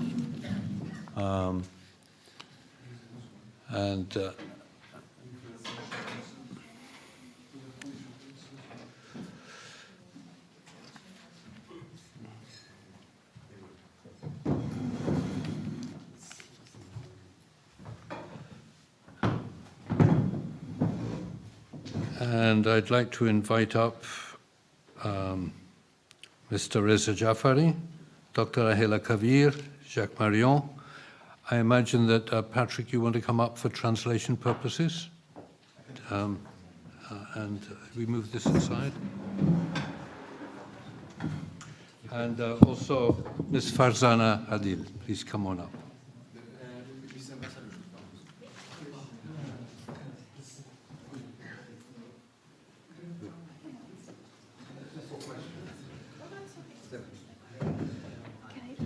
Take a seat for the moment. You can put this here if you like.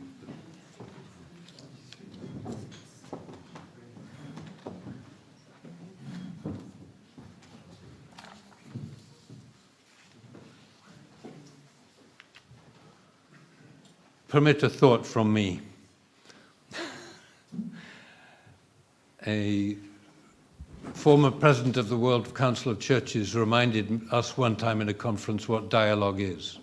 Because everybody thinks dialogue means 2 people talking. But it's not it's dia, which means you talk it through until you solve it.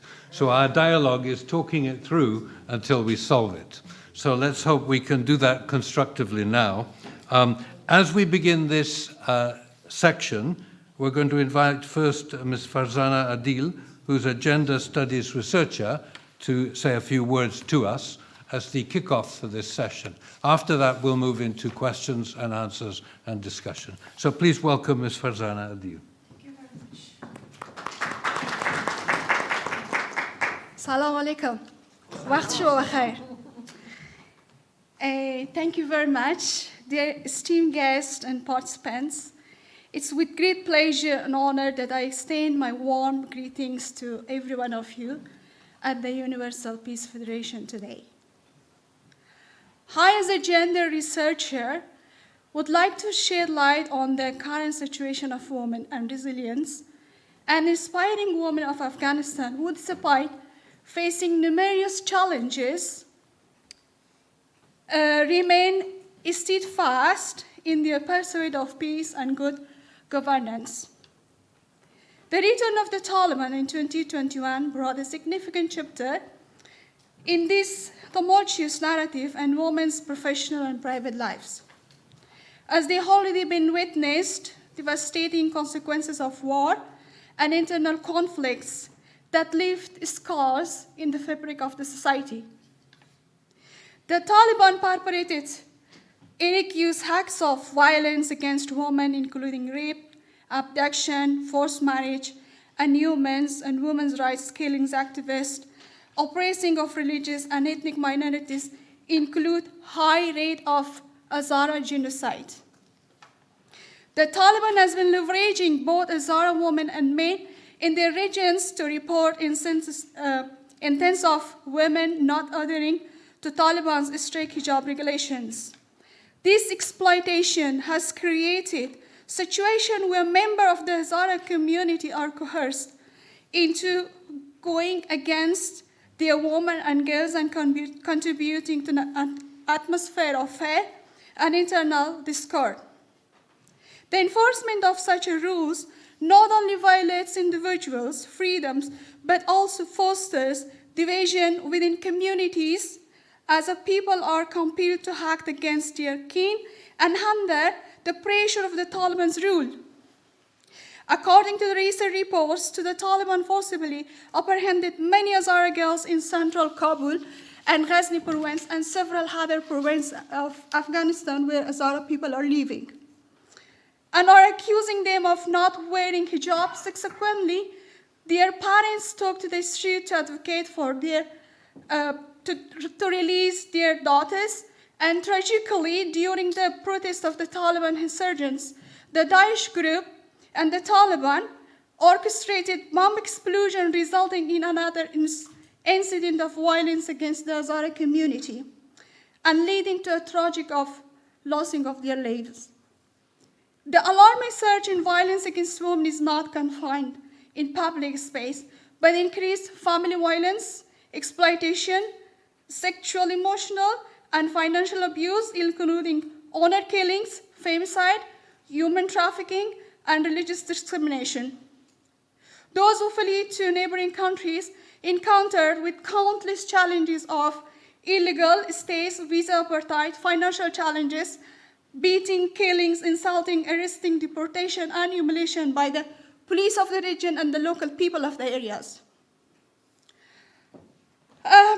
Today, this is an urgent situation that necessitates and robust support of international community and the United Nations to end this genocide, displacements, and violence perpetrated against women, particularly against Hazara women.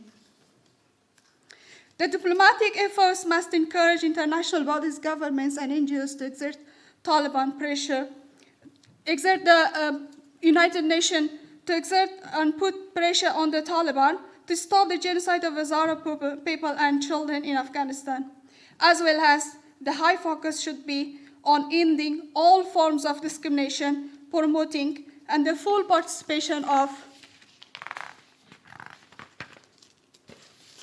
women and girls in the public and private spheres, and supporting equal opportunities for women at all levels.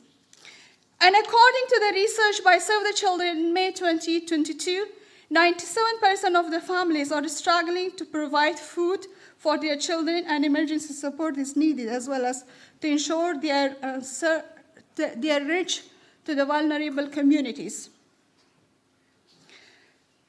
And based on the overview of the SIGAR, humanitarian support has not been delivered effectively and efficiently to the minorities of Hazara people in Afghanistan.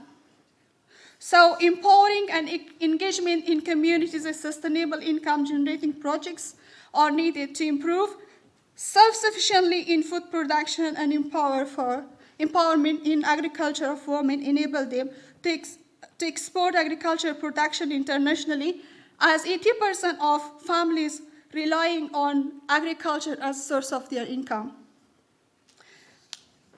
So, as well today, I would like to say about the third gender and LGBTs. That also should not be forgotten by international communities and United Nations because they are also in danger and under pressure of the Taliban. Thank you very much for your time.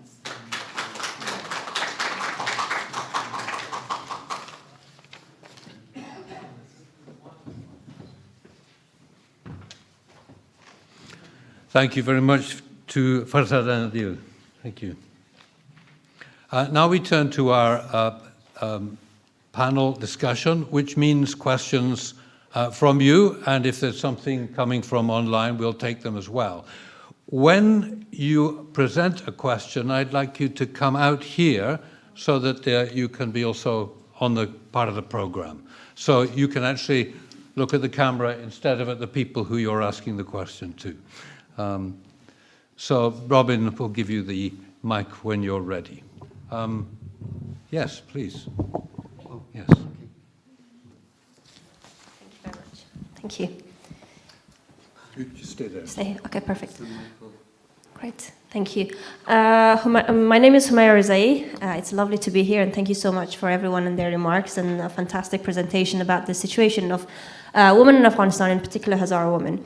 As this is, we're talking about dialogue, we're talking about peace, we're talking about process. The persecution of Hazaras have a long and deep-rooted history in Afghanistan.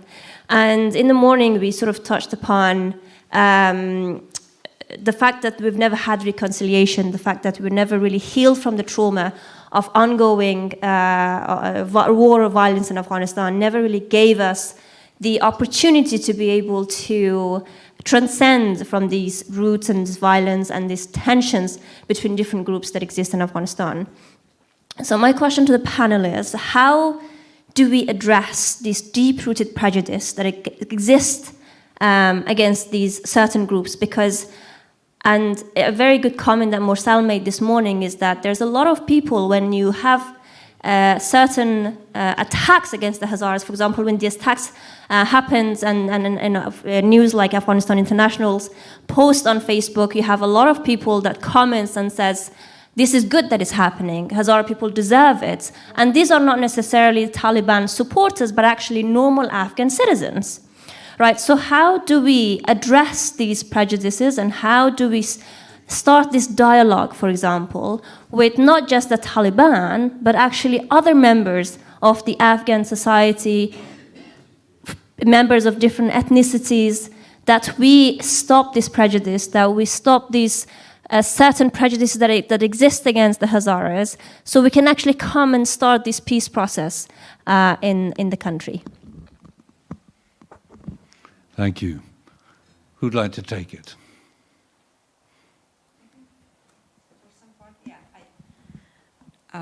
I can talk, but also our friends here. Thank you, Dr. Humayra, for this important question. Actually, I think it's two parts. It's one, a Hazara situation, and another, how we can fill the gap of communication between different ethnies in Afghanistan. Not only ethnies, but also different interest groups, whether it's ethnicities or religious groups or other political opinion. So for the Hazara situation, as you said, I'm also a Hazara woman.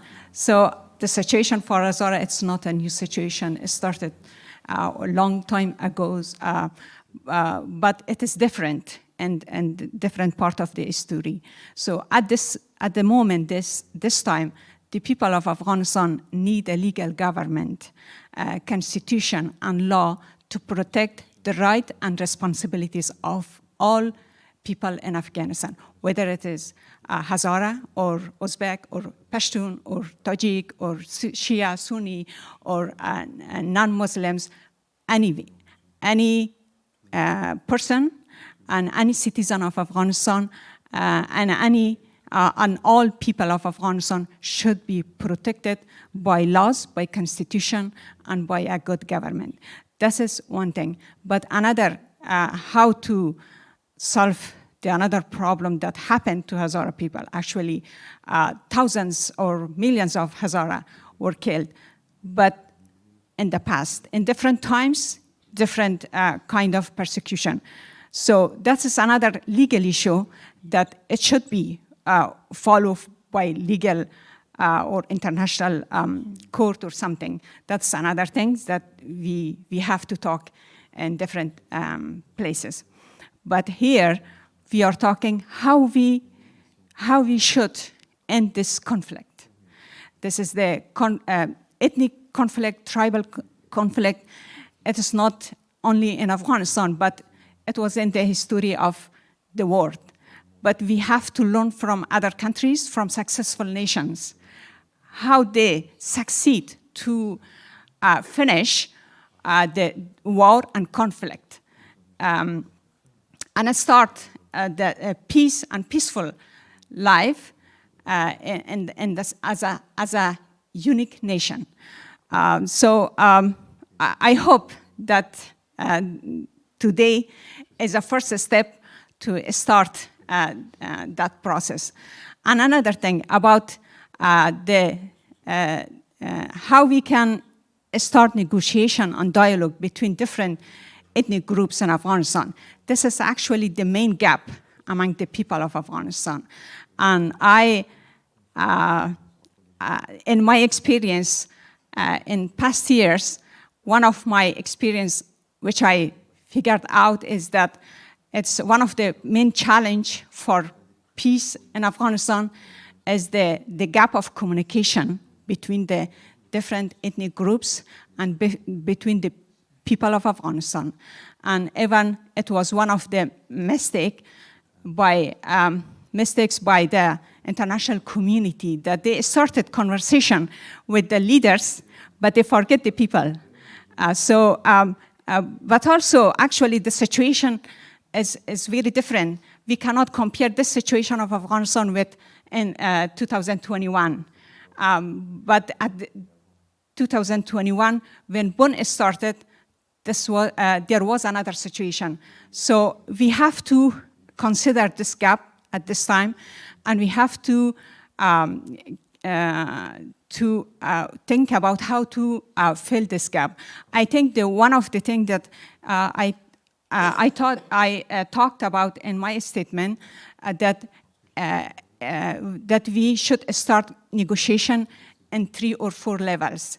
The negotiation between each interest group in Afghanistan, among one ethnic group, religious groups. So, for example, Hazara people should talk among themselves, Tajik people, also Pashtun, Uzbek, everyone should have a conversation and negotiation among themselves. And then they should, then when they finalized the result, then they should come together with other ethnies. Another step, all the ethnic like Tajik, Pashtun, Hazara come together and talk. So, and this conversation should be in different levels. For example, in Afghanistan, at the national level, at the district level, provincial level, district levels, and we have different community forums at the level of village. So during the past 20 years, there was a lot of work for the community forums, and I think the structure is still there, and we can use the same structure for at the level of village and also at the level of district. And also another negotiation should be outside Afghanistan among Afghan diaspora. So we need to focus on a very proper structured, organized mechanism for conversation, and also purposeful to know what should we get from our discussion, conversation, and also dialogue at the end of the day, and how we can process and follow up in the future. I also put the mechanism on PowerPoint slides, but we can talk probably tomorrow with our Universal Peace Federation, and we hope that we finalize a strategy for the future. Thank you so much. I talked too much. Hello. I forgot to say this earlier. I don't know how many of you know, but Dr. Rahela flew from America just for this meeting. So please give her a round of applause. Am I allowed to add something on it? Yeah, in addition what Dr. Rahela says, I think the justice element is very important. The power of dialogue, conversation, and healing is important, but it's time to hold accountable those groups where, or individuals where they are committed to that crime. Crime against humanity, gender apartheid, and Hazaras genocide is one of the areas where we need international criminal court in other international bodies to take measures and steps and to hold accountable those groups where what they are doing. Afghanistan was member of and is member of ICC, but unfortunately a lot of politics been played. Meanwhile, it's also, you rightly say, the power of dialogue. But it's also, from my understanding, let me share with you my experience. When I was member of parliament, when I was drafting the constitution, and as a chief and editor, I was really a different person. You know, my heart was full of pain because I lost my kids during the Civil War. And I was sitting under one roof and making laws and strategy for country with those whom they killed my kids. That's not easy. That's not easy for a mother. That's not easy. But what gave me hope and what's healed? It was, I thought, okay, if I go for fight, I will be a criminal.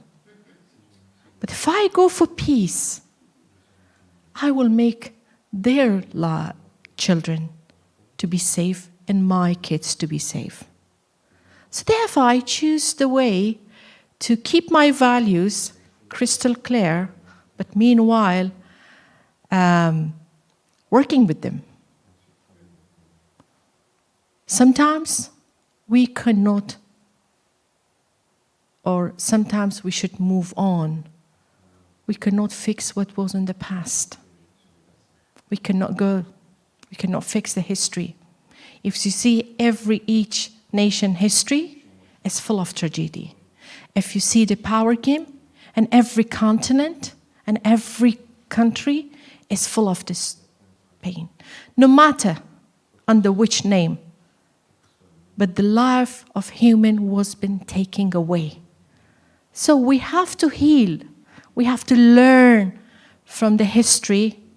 It should be a good lesson, and we should move forward. But yes, justice needs to be implemented. Thank you.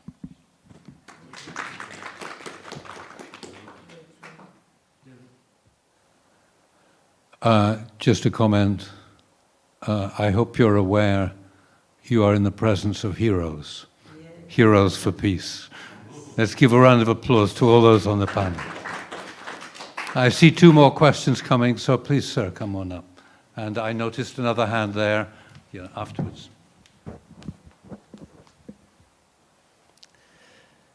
Good afternoon, everybody. My name is Habib.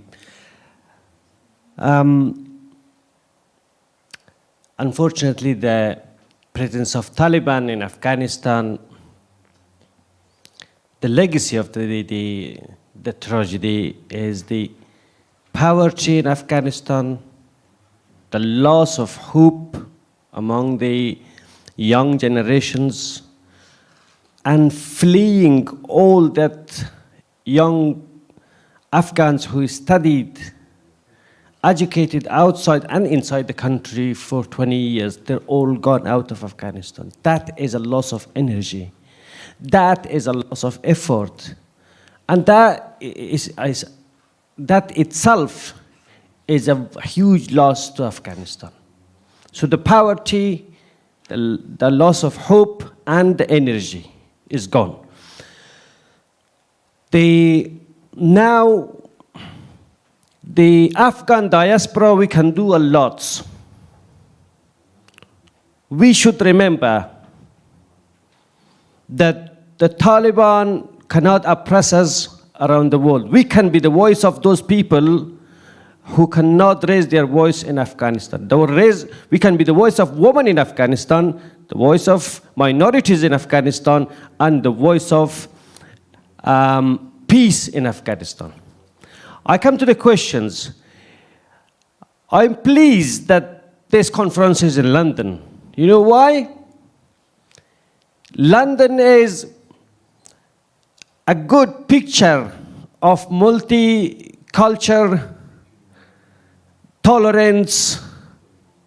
You see, the Prime Minister of UK is Indian origin, Rishi Sunak. You have the Mayor of London, Siddiq Khan. You see the colorful, the multicultural in Afghanistan. That is their strength, but they use it as a weakness. The multi-ethnicity in Afghanistan is a strength, but they use it as a weakness. We should show them a different picture. The world living different ways. If we live together, we are more powerful. Now it comes to the questions to Mr. Mario. I think one of the things for the peace, the most important element for the peace is tolerance.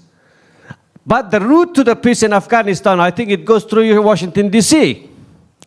Or UN maybe. UN showed in Middle East that they're not so strong and not doing their job properly. But I think, will you take an initiative and a conference that inviting the youth of Afghanistan from different ethnicities and as well as United Nations, and get some, get the United States involved as well, because without of the big boss, they will, the peace with Afghanistan will not happen, because they are providing the resources, they are providing the money, they are providing the backup. So with them, let's be realistic. Yes, we all wish for a good peace, but the peace will not happen without their support.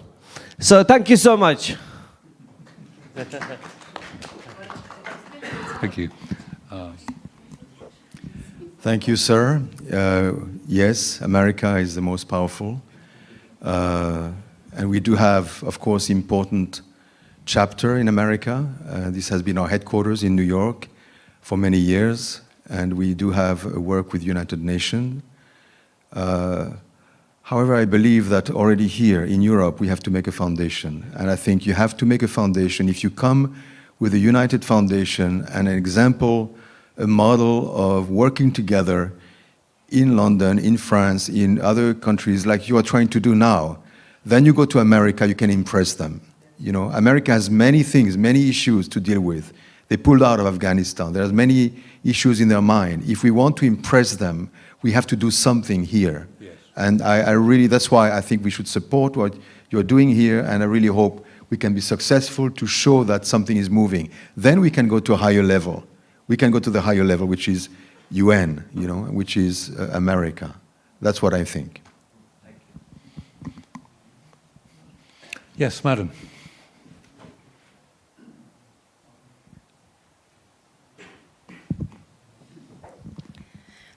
Hello everyone, my name is Mariam Atay. I'm chairperson of Qatra Foundation, which is working in the ground in Afghanistan, working for women and children, and also chairperson of Hazara Women Community in Southampton. If you allow me, I want to ask my question from Ms. Barakzai in Persian, please. Because I'm a woman, she's a woman, she knows what I'm saying, but I request that she repeat my question and answer that, please. خانم بارکزی، مادر ما یک کلمه میگفت و در اینقدر عمری که در کابل ما تیر کردیم، اونجا تولد شدیم، بزرگ شدیم، میگفت بچیم دیدنی ما چه زیاد است. ایرا یانه میگفت که من یک زن هستم با این چشمای کونی خود در افغانستان چیزایی دیدم که پرسان نگو و حالا یک کمی یک کمی احساساتی هم شدیم و خودم از طریق بنیاد خیریه قطره با زنان و کودکان در افغانستان کار میکنم، چیزایی را میبینم و بدتر ازش ای بود که طالبا آمد. طالبا اولین کاری که کرد اما پا را روی دو شارک اصلی حق کار و حق تحصیل زنان گذاشت و تا حالا حتی در خانه هایشان زنان سیف نیست، از پلی برادرش دختر میبره و حجاب یک بهانه است، طالبا بهانه میکنن و زنها را میبره، هیچ وضعیتشان معلوم نیست کجا میره و آیندهشان معلوم نیست. این بسیار خطرناک است. واقعا افغانستان خطرناک ترین و وحشتناک ترین جای برای زنان افغانستان تبدیل شده و ما برای پروسه صلح خوش است. هنوزم با وجود از اینکه دیدنی دار هستیم، ما زنای افغانستان هنوزم امیدوار به صلح هستیم، چون میگیم در زمان صلح که است پسرها پدرای خود دفن میکنه و در زمان جنگ که است باز پدرها پسرای جوان خود دفن میکنه. امیرم در انگلیسی به زحمت بگین. ولی این صلح کی در افغانستان میه؟ کی زنان افغانستان از این مصیبت رها میشن و قوم و خیش در افغانستان به نام قوم و مذهب و زبان ما چرا زده میشیم؟ تشکر. تشکر جان اسمک. She was sharing at the beginning that her mother was being suffered, was being a witness of lots of discrimination. And she also believed she'd been suffered also. She's a member of Qatra. She's leading the Qatra organization, which is a NGO in Southampton.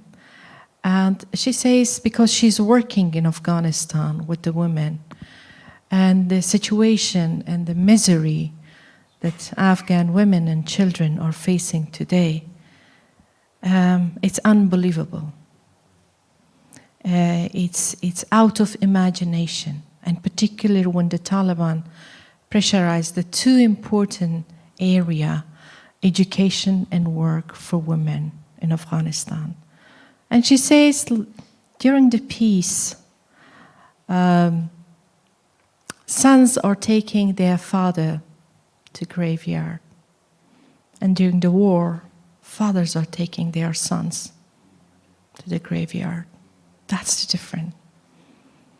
And she asked, when that peace will come, when we will have a peace in Afghanistan, and for how long we should be suffered.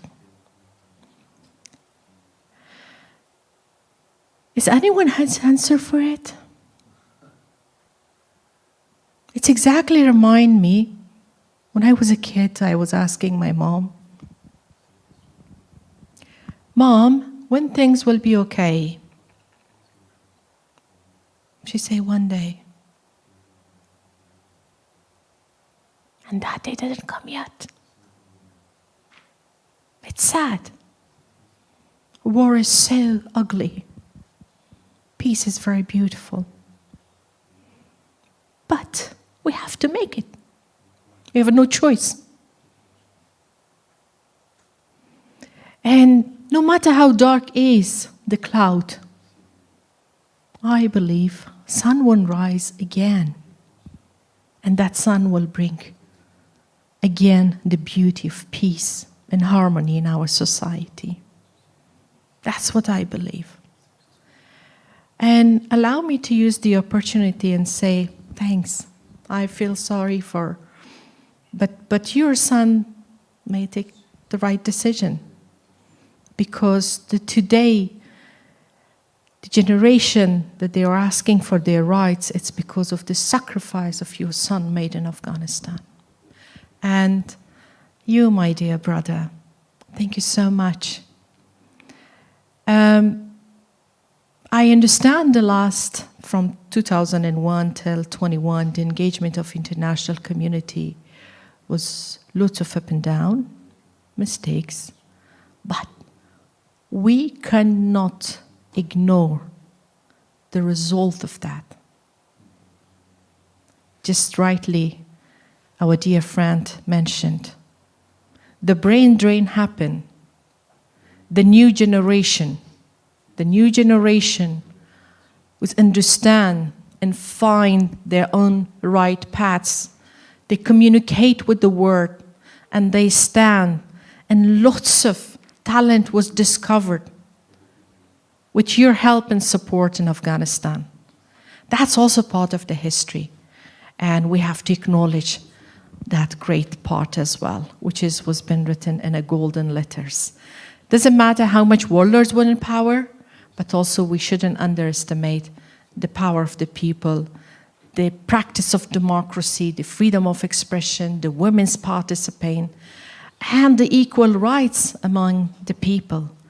Where we missed that, and we want to regain and re-achieve it back and restore those values, which is, I believe, it's our common value. No matter from which part of the world we are, but let's stand on our values, and those values will be a common ground for us to support each other and work together. Thank you.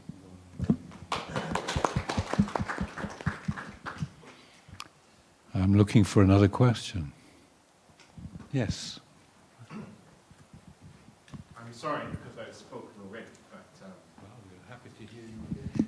So, shortly after the Taliban came back in 2021, or maybe just in a few weeks, there was some attempt at propaganda or publicity that the Taliban of 2021 were different from the Taliban of 20 years before. And I think the world was surprised. I was certainly surprised how quickly it seems that all the accomplishments of 20 years crumbled away. And particularly in relation to the question of women's rights in education. So my question is this: do Afghan men living in Afghanistan really want women's emancipation? Or, so is there compliance with the Taliban based just on fear? Or is it based on something more deeply cultural? And if it is, what can be done to change that attitude? Afghanistan is not the only nation facing a dramatic brain drain. In fact, most of Eastern Europe, the nations are paralyzed by the loss of young people, especially young men. There's maybe two questions there, but maybe I can ask the ladies here, what is their honest feeling about the wish of Afghan men? And we should, of course, hear from Reza, who is an Afghan man, first.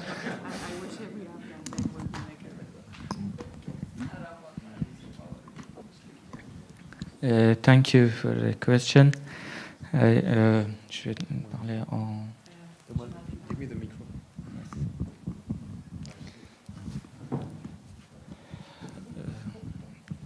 Marion don't understand Farsi. Je vais commencer par une anecdote. I will start with a story. Quand j'étais en Afghanistan, quand j'ai enregistré une branche de mon association d'enfants d'Afghanistan en 2013. When I was in Afghanistan in 2013 and I registered one branch of my organization, Children of Afghanistan. J'ai voyagé dans beaucoup de villages et beaucoup de villes à travers l'Afghanistan. I visited many cities and many villages in Afghanistan.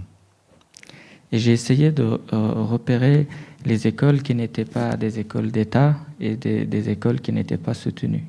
And I tried to check which schools were not state schools and that were not supported by the state. Et quand je les ai identifiés, après, avec les membres de l'association, on est allé équiper ces écoles.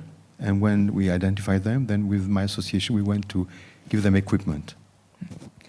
Et souvent, ces écoles étaient en dehors des villes, c'était autour de les villes, dans les banlieues. And usually the schools were outside of cities in the suburbs. Où les talibans étaient très présents. Where Talibans were very much there. chaque fois, le matin, les pères amenaient leurs filles à l'école. Et ensuite, ils allaient travailler. Souvent, c'était des gens pauvres.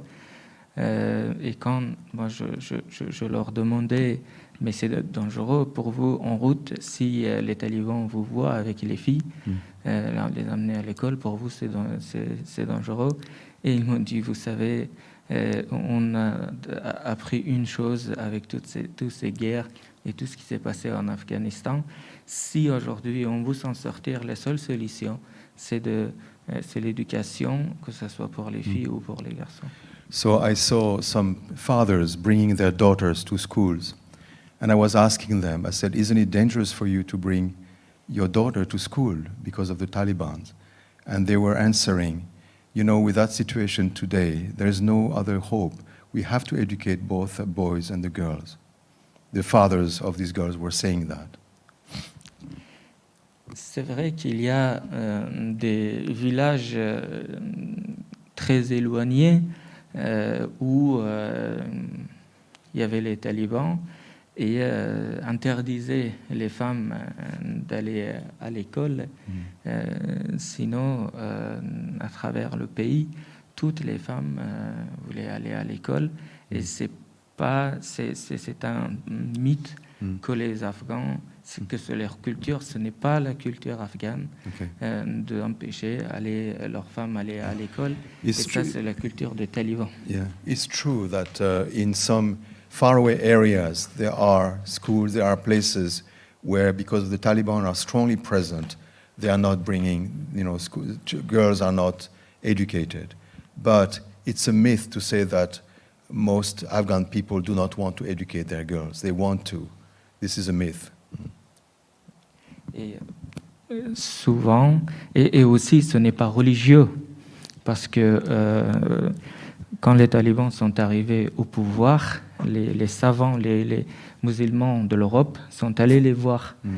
Et au bout de plusieurs heures de discussion, comme je le dis, j'ai encore un enregistrement, finalement les talibans n'ont pas réussi à convaincre ces religieux, parce que tous les pays musulmans, leurs filles vont à l'école, et finalement il a dit que c'était culturel chez nous, mais c'est encore also it's not. He said it's not cultural thing in Afghan, and then he said it's not also religious, because when the international community went, when the Taliban were there, and then when the international community went to meet the religious leaders there, the Muslim community, the Muslim scholars, telling them, Islam wants to educate the girls. They wanted to educate the girls.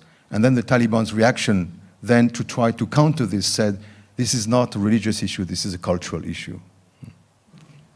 Ça, c'est de la culture des talibans, mais it's a Taliban culture. Non, de culture des Afghans. Tous les Afghans ne sont pas des talibans. But it's not the culture of the Afghan people. It's the Taliban culture, but it's not the culture of Afghan people.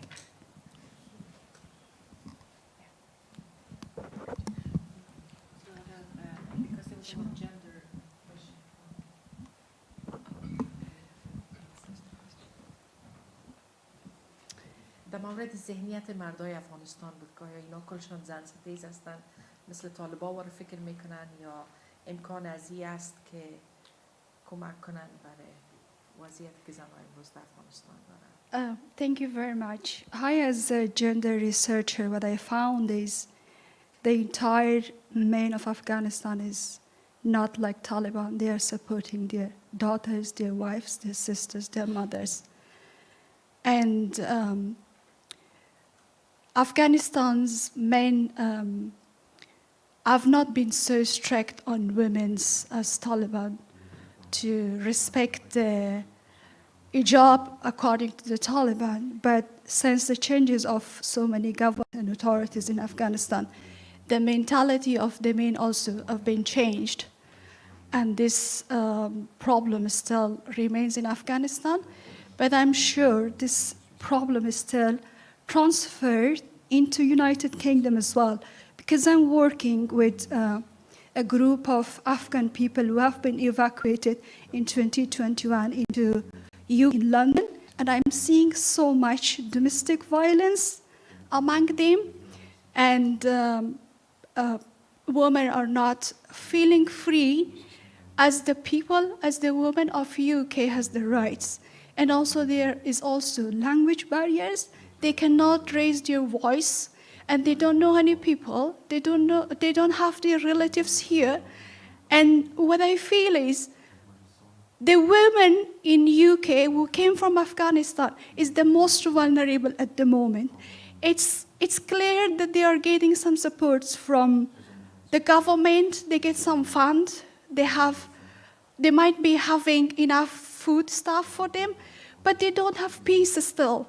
They need a lot of support. They need a lot of funding to make aware the men of Afghanistan that women is not the second gender in the society. They should be respecting the woman as first gender in the society. And I'm seeing this issue of masculinity even inside the UK. For the first time when I came here, at the moment I arrived here in the Peace Center, I have been downstairs to use one of the toilets because I have seen the first toilet was for the men and the second was for the women. And always this issue happens. And this, I don't know who is the engineer for the construction of this area, but he is with the mentality of masculinity, right? Yeah. So thank you very much. I have a lot to say, but I don't want to take your time. And at the same time, can I use the time to ask a question? And my question is to all of you as a support of Afghan people. What is your message to the international community? Stop arresting Azara girl. And I believe you're using social media. And how many times you have been posting on social media to support stop arresting of Azara girl. Whoever has done, I request to raise their hands that we should know how many of the men has been supporting the girls in Afghanistan.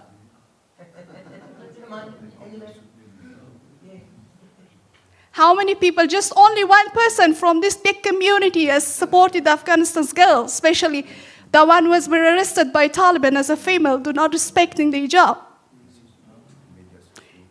Can I request one more thing? Once you're going back, could you please do only one message, just post it in social media, in Twitter, X, Facebook, anywhere. And I'm requesting you to please tag the international community to stop the arresting of Azara girl. Thank you very much. Thank you so much.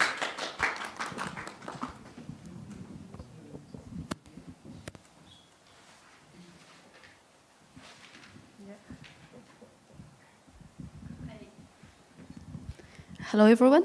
This is Morsal from Geneva. I got a very simple question.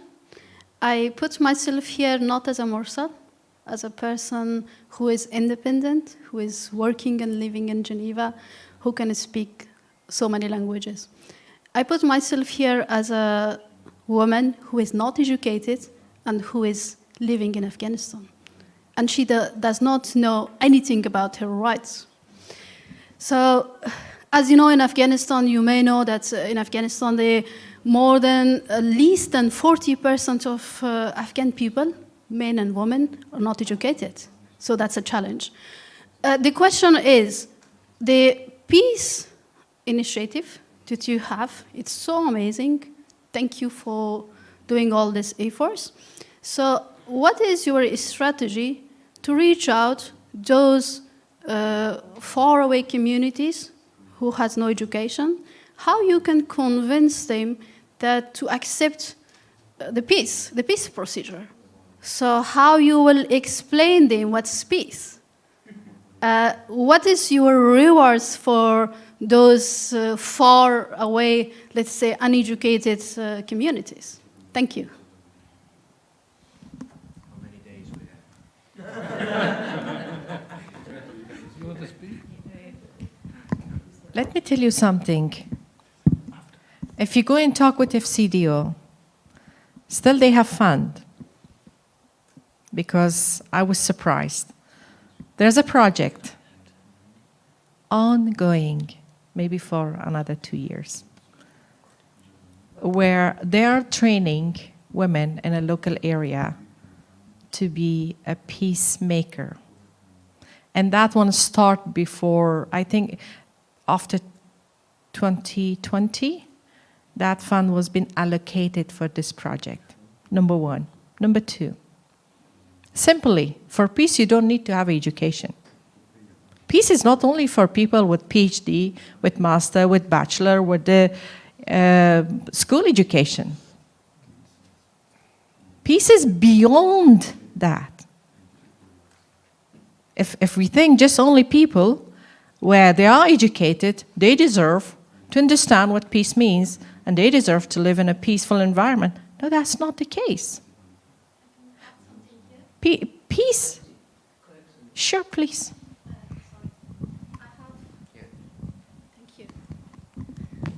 I just add a point here. I was in a press conference in Geneva, one of Geneva's prestigious university, and there was a research done about Afghanistan and the peace in Afghanistan. It was just a few months after the Taliban got to power. So they were saying that, believe me, it's the exact words that I'm saying. The researcher was saying that he was not an Afghan. He was saying that now in Afghanistan it's peace. I was frustrated. I was shaking. I was begging to help my sisters who were stuck in Afghanistan. And I asked, what does peace mean for you? Peace without women, without inclusion of women, is it peace? So that's why I'm saying that, okay, peace is a simple word. We can say peace does not need really education to know about the peace. But when we come to the procedure to implement the peace procedure, so how we can approach people? Of course, peace is peace. Thank you.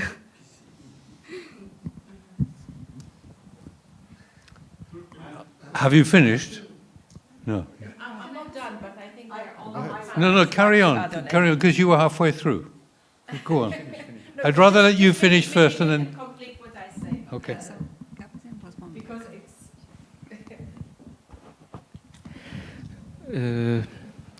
Farsi بگویم یا اوکی oui je vais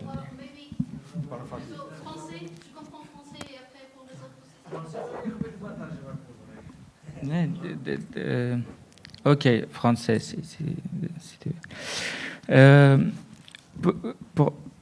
J'ai pas très bien compris la question. Maybe I could not understand well the question. Mais aujourd'hui, en face de nous, c'est vrai qu'on a des gens illettrés. C'est pas que dans les villes ou dans les villages. It's true, we have illiterate people, not just in the cities, not just in the villages.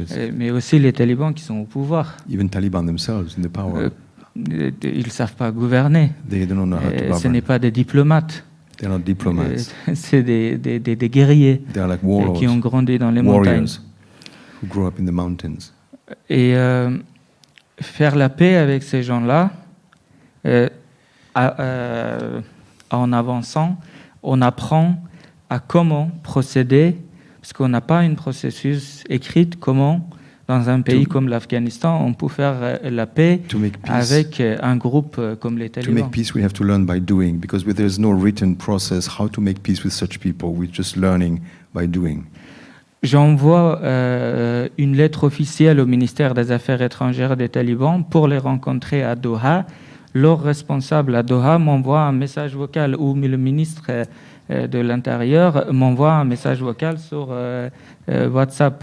Est-ce que c'est la procédure? I sent, for instance, a letter, an official letter, to interrogate a question to the Ministry of Foreign Affairs, and his answer is just a simple vocal message on my WhatsApp.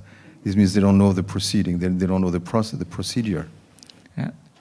Quand on veut faire la paix avec ces gens-là, aujourd'hui, l'Afghanistan, tout le monde sait, tout le monde, et je pense qu'ici, même en Afghanistan, tout le monde est d'accord qu'après presque une demi-siècle de guerre, la guerre n'est vraiment pas la solution en Afghanistan. Et à chaque fois I think after half a century of war in Afghanistan, everybody knows that war is not the solution in Afghanistan.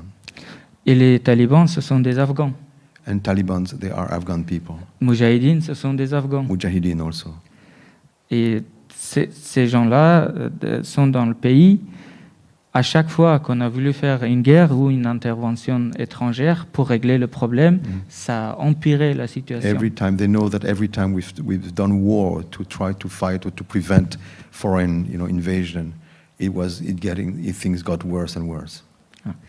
C'est aujourd'hui pourquoi nous essayons aujourd'hui à Londres, demain à Paris, après-demain à Genève, à New York, d'inviter à chaque fois de plus en plus des Afghans avec nous, d'abord de se mettre d'accord entre nous, entre les anciens membres du gouvernement, et ensuite aller voir les talibans. That's why here in London, then tomorrow in Paris, in Geneva, and elsewhere, we're inviting people so that we can learn to get together, and then we can invite the Taliban and go and meet them. This is our process. Et une fois en Afghanistan, on peut mener des changements de l'intérieur. In Afghanistan, we'll be able to work. Once we are in Afghanistan, we can start working inside to change things.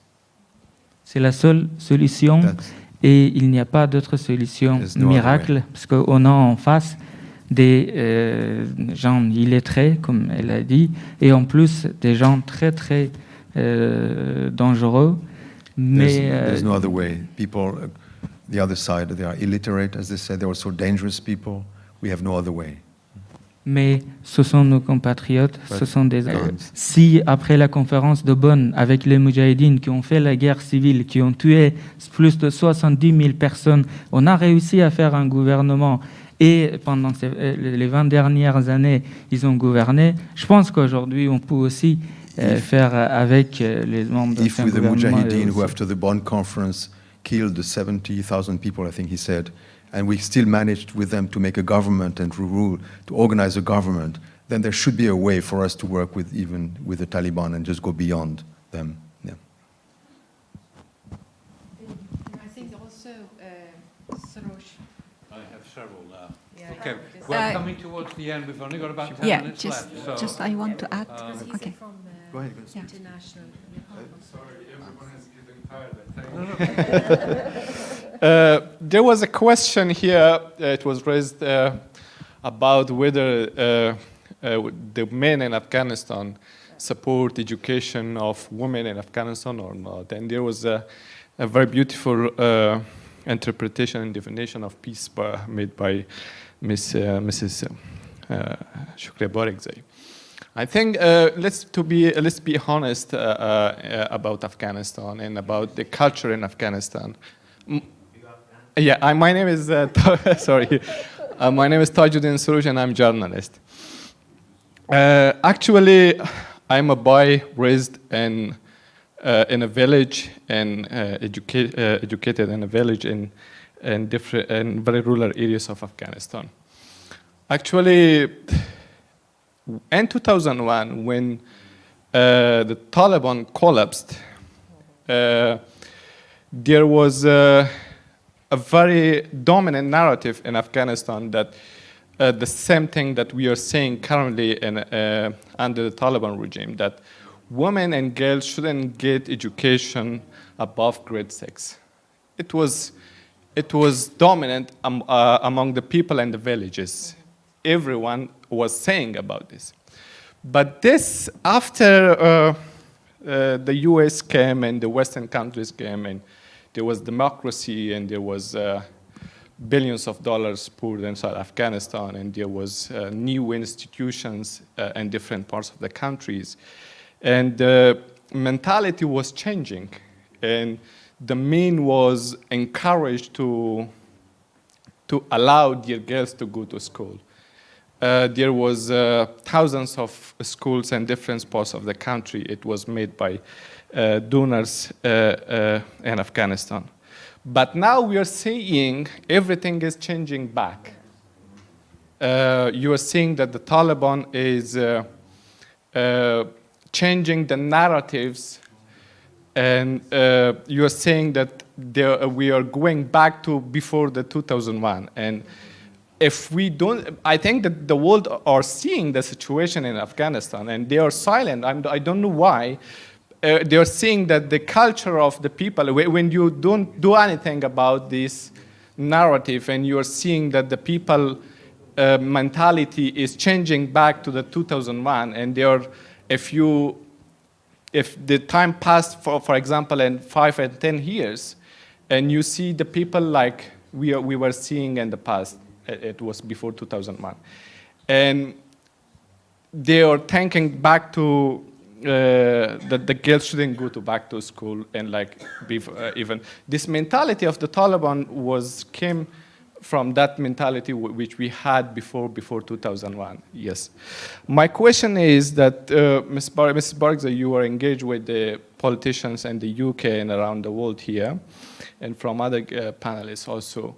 Why the world are not seeing this fundamentalism in Afghanistan being enrooted by the Taliban in different parts of the country? They are seeing that the Taliban is doing, and the Taliban is trying to change the mentalities of the grassroots in Afghanistan, but the world is ignoring that, and the world doesn't see anything about, doesn't do anything about it, and this is very scaring, I think, and this changed Afghanistan forever, for decades, and you cannot change back Afghanistan for decades again. Thank you. Thank you very much. Wonderful, powerful, timely, and the most clear picture. The question was like, let me tell you, let me give you two answers. Both are different.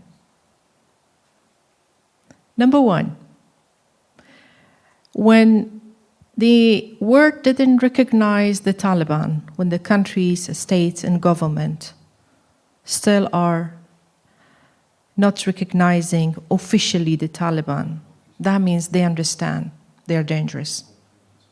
They don't deserve to be recognized. When they are sending money to Afghanistan, we all know it's going to the pocket of Taliban, obviously, but back to their taxpayers and their written official, let's say, documents, it's for the people of Afghanistan. And United Nations, they never say that these kinds of aid is going to the de facto authorities. It always says for the people of Afghanistan. The seat in United Nations has been given to the state of Afghanistan, not to the de facto or Taliban. That's like usually their politicians are saying, you know, diplomacy. That's the very diplomatic answer, and of course, facts. Meanwhile, they don't want to be disengaged with the Taliban as well. They like to be engaged, and whenever we are raising that, they say, well, right now they are the one. Unfortunately, even they are not ready to accept other groups as alternative. Because they say, well, you're so, it's not only one group, two group, one process, two process, you cannot make anything, so you need to come together and you should be under one umbrella, and then we will think, but the recent assessment report was clear one thing. After 2.5 years, the Taliban are not the only one in Afghanistan, because they mentioned civil society, women, other politicians, which is they open a little bit door. The second, which is maybe from a very Afghan perspective, everyone knew Taliban are the same. There's no number one, there's no number two. Taliban 0.0, that's it. There's no any other point, not 0.1, not 0.2. And they think, or they bring that as an excuse that, well, this is what they are saying. This is your community. This is your society. This is your country. You have to stand for it. It's exactly and correctly you mentioned the question. Men in Afghanistan, I don't want to go because my Afghan colleagues and friends know, being a feminist, it's a different word. But to be honest, despite of respect for men I have, and the back of their brain and the under of their skin, every single Afghan man have at least some ideas where they are supporting the idea of Taliban when it comes to their strategy about women. Their behavior, their attitude towards women, it's clear. Because that masculine, that, I always say like male-dominated society, they think to pressurize women, to put more pressure on women. That's why if you see the interpretation of Taliban from religion and culture, it's been ended by more than 105 decrees where they verbally or writtenly delimit and they erase women from every aspect of the society. International community understand Taliban are extremists. Dr. Rahila, would you agree with that? You lead a big association of Afghans in America. Does living in America change that attitude of Afghan men or not so much?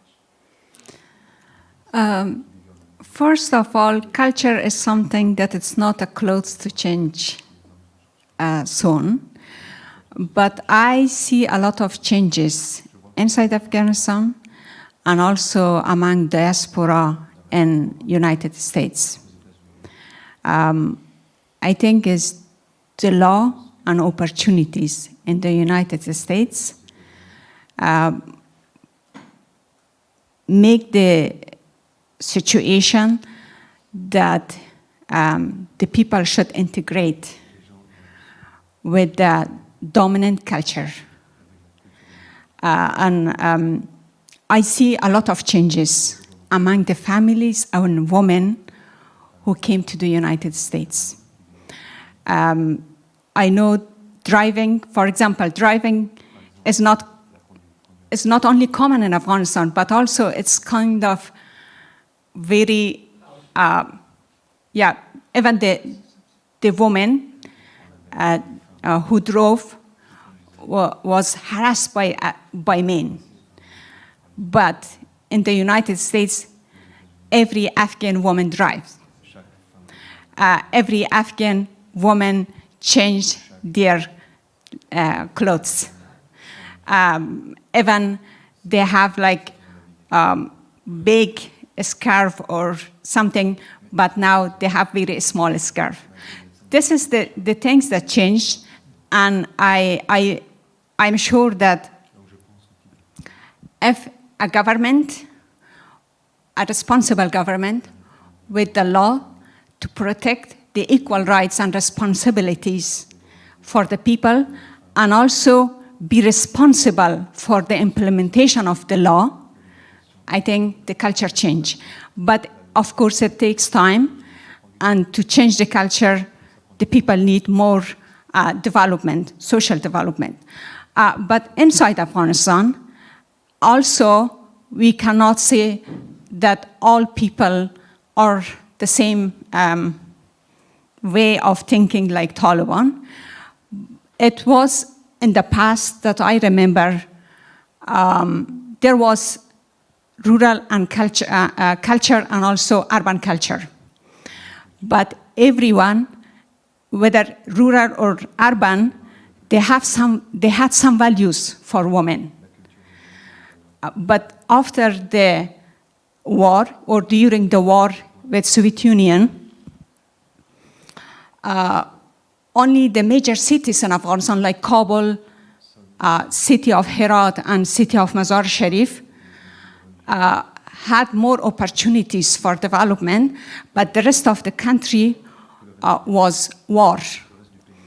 And during this war, the culture completely changed to extremism.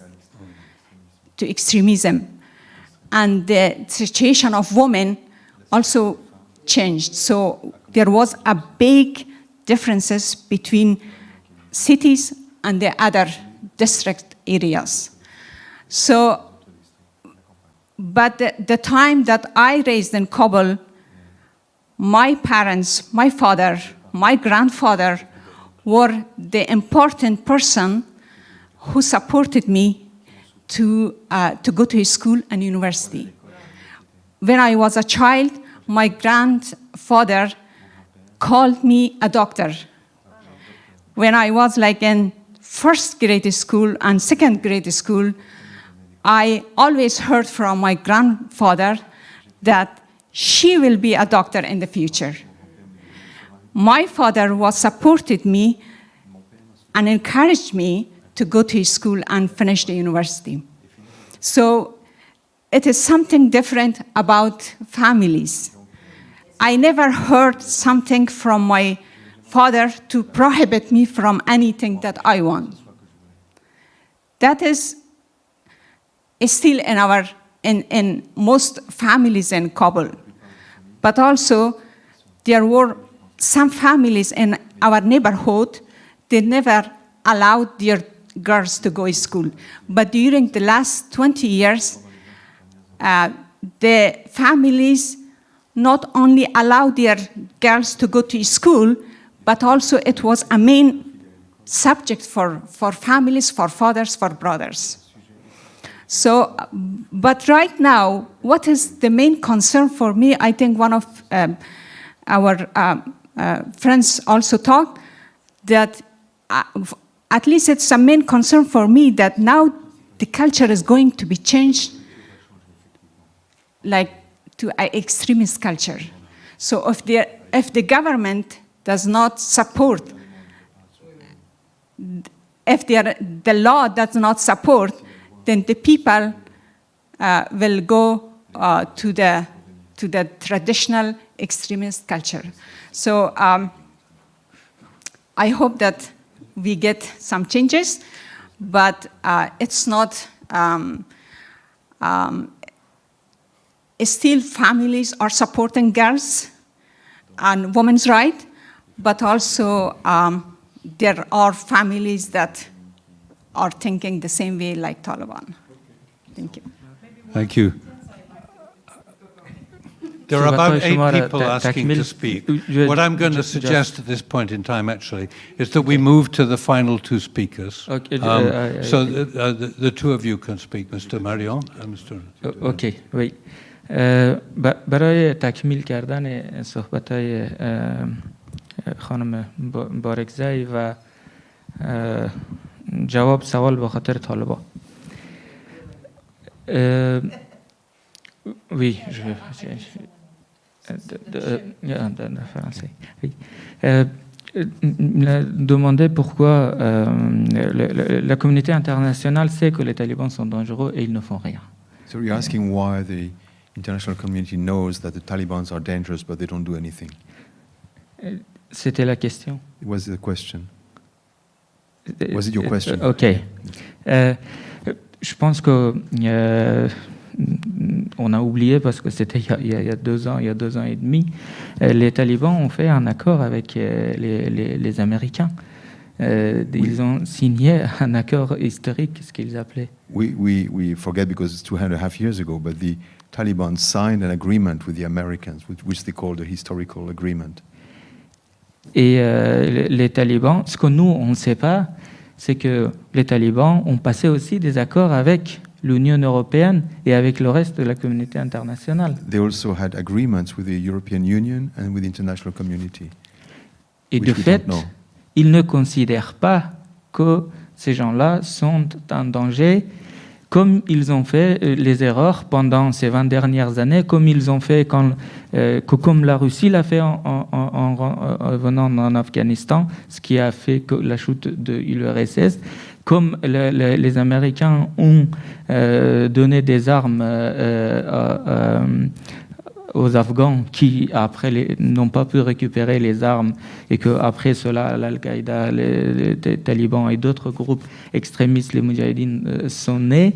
Comme pendant ces 20 dernières années, la communauté internationale a soutenu les chefs de guerre, encore une fois, ils ont signé le pacte avec le diable. So just again, as the Russians did, as the Americans did, by making some deals with the Mujahideen and others, by giving them weapons. In other words, they mistakenly gave them the weapons which they use afterwards. He said, but again and again, the international community signed an agreement and trusted the Taliban.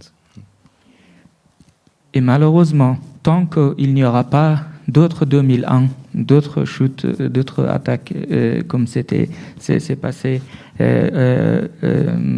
en Amérique, la communauté internationale, moi j'ai eu des réunions avec des responsables européens qui nous ont dit, nous on paye les Pakistanais pour contrôler les talibans, ils sont à 5000 km d'ici, et aujourd'hui, il ne faut plus, pendant 20 dernières années, on a tout fait, on n'a pas réussi, et maintenant, laissez-nous tranquilles, on paye les Pakistanais pour contrôler. Unless to make aware the international community, maybe we need another 9/11 or something like this, he said, because now he said, I met the European, in other words, he means they don't want to involve unless something maybe serious will happen, because he said, I talked with some European Union leaders, and they told me, he said, now we live 5,000 miles away from Afghanistan. We can't deal with them. We are paying Pakistan to take care and to take care of the Taliban, so we don't want to get involved, to leave us alone. This is what he says about the European community people. Answers. Et c'est pour ça qu'aujourd'hui, les talibans ne sont pas en danger, sont même des alliés des Américains, mais aussi pour les Européens. And that is why now the Taliban are not so-called a danger, and they're even allied with Americans and so on.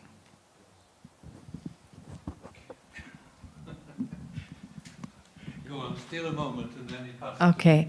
No, because before I say about the Afghan men, but let me tell you one thing generally about Afghanistan. The resilience of the Afghan people is undeniable.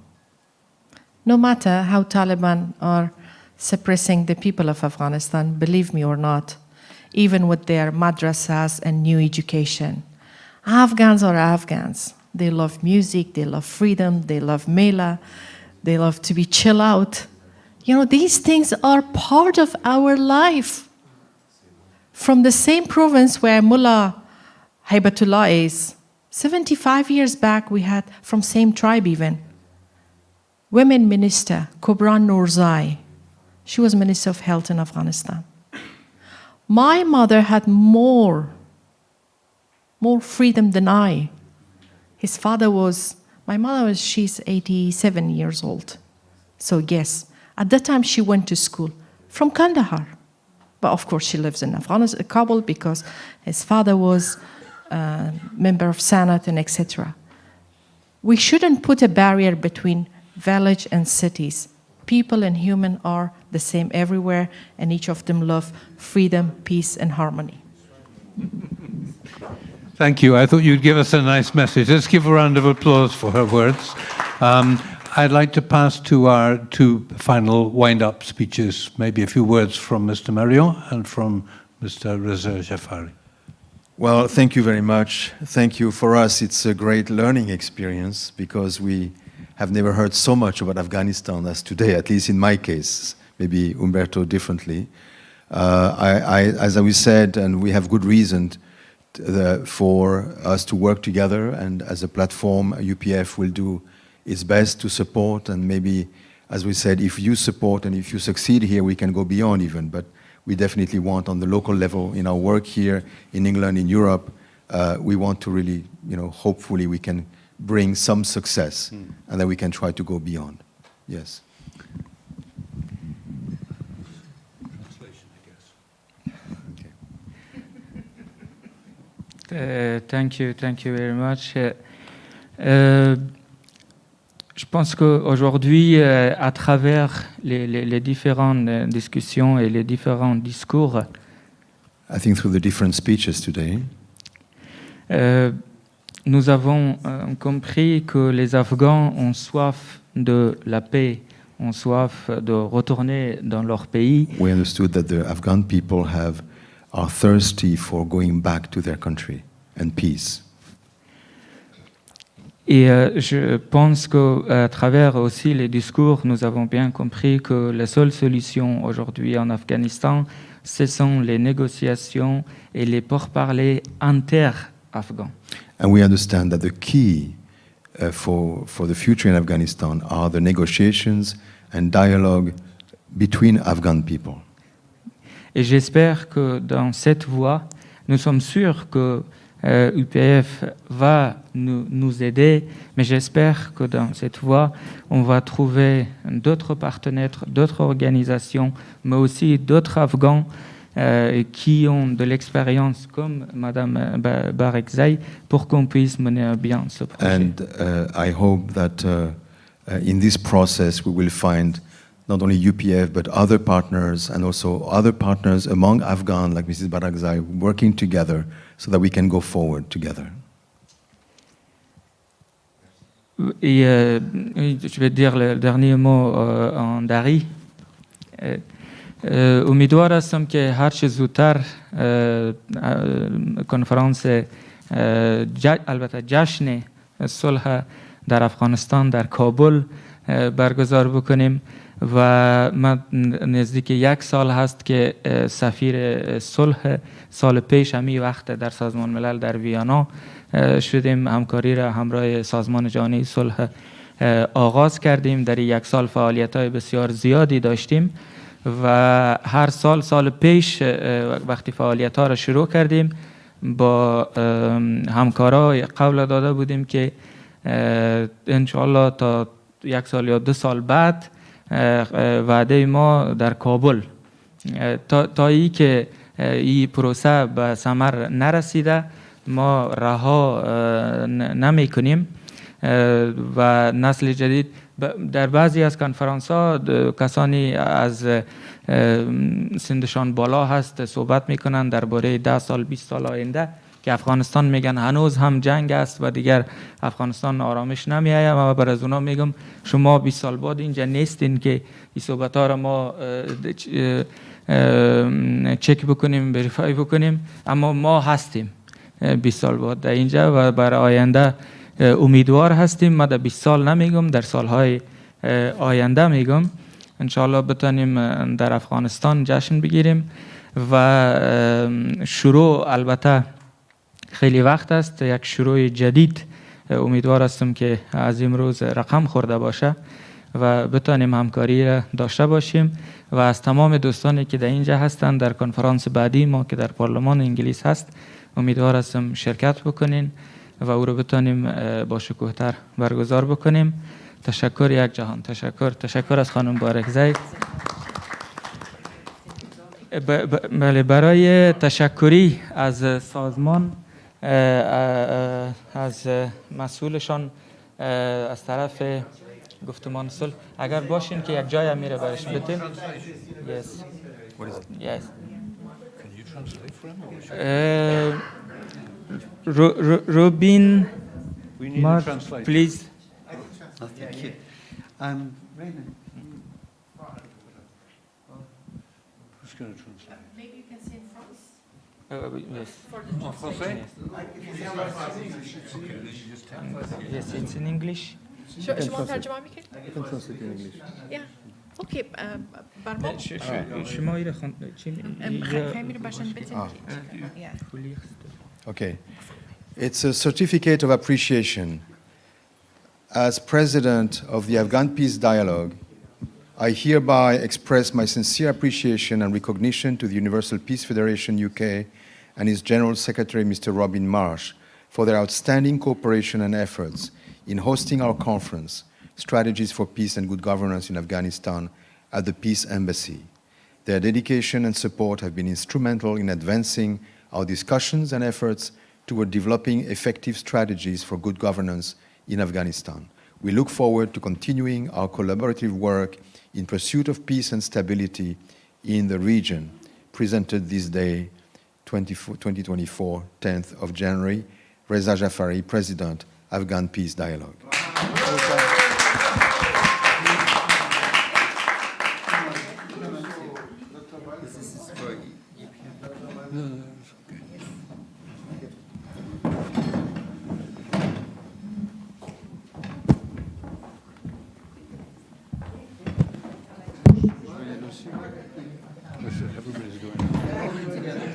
do a joint picture in a minute.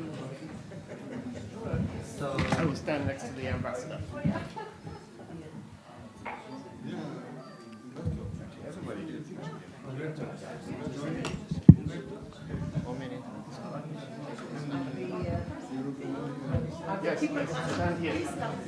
We're going to do a picture with everybody in a minute, so don't go away, anybody.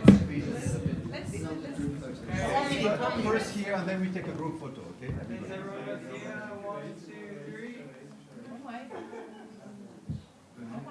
Thank you very much. Okay, now everybody please come. Do we use a set of chairs? Could you pass these chairs forward? And stand in front.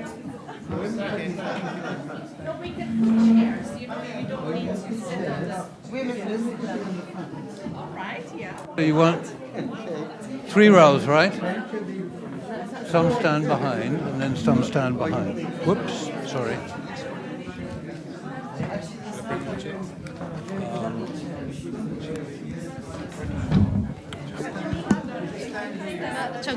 I would recommend 3 category, 1, 2, 3. That's what I was thinking, exactly. Yeah, because, that's why I put a otherwise space it would here. be hard to keep everyone in one frame. But we can stand next to them. Okay. Maybe some of the speakers could be seated. We should leave one space here for the second. Better you say. If the speakers are seated, then one line of people can stand on the ground behind them, and another lot can stand right up on the stage.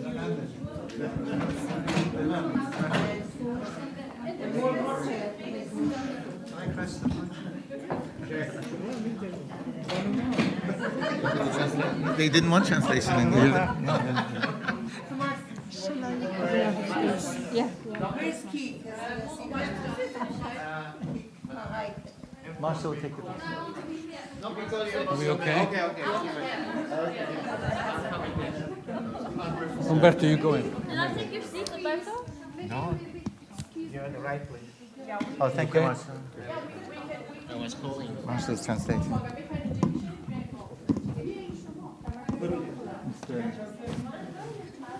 Raymond, you just direct us. Okay.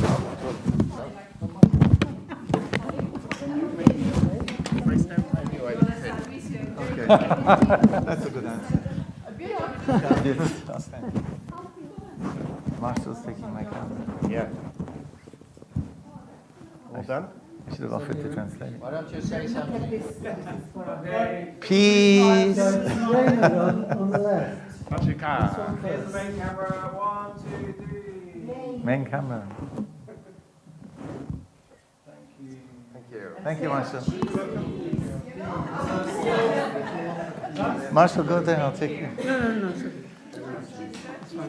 I'm going to talk to you. You know that you said something. Can you imagine he says to the photographer, why don't you say something? And the photographer says, yes, well, I was just thinking about something. About world peace. How are you? I made it. Nice to see you. One more piece of suggestion or request. Please help take the chairs to the back. Then everything goes smoothly. Thank you. Have a safe journey home, everyone. Thank you, Robert.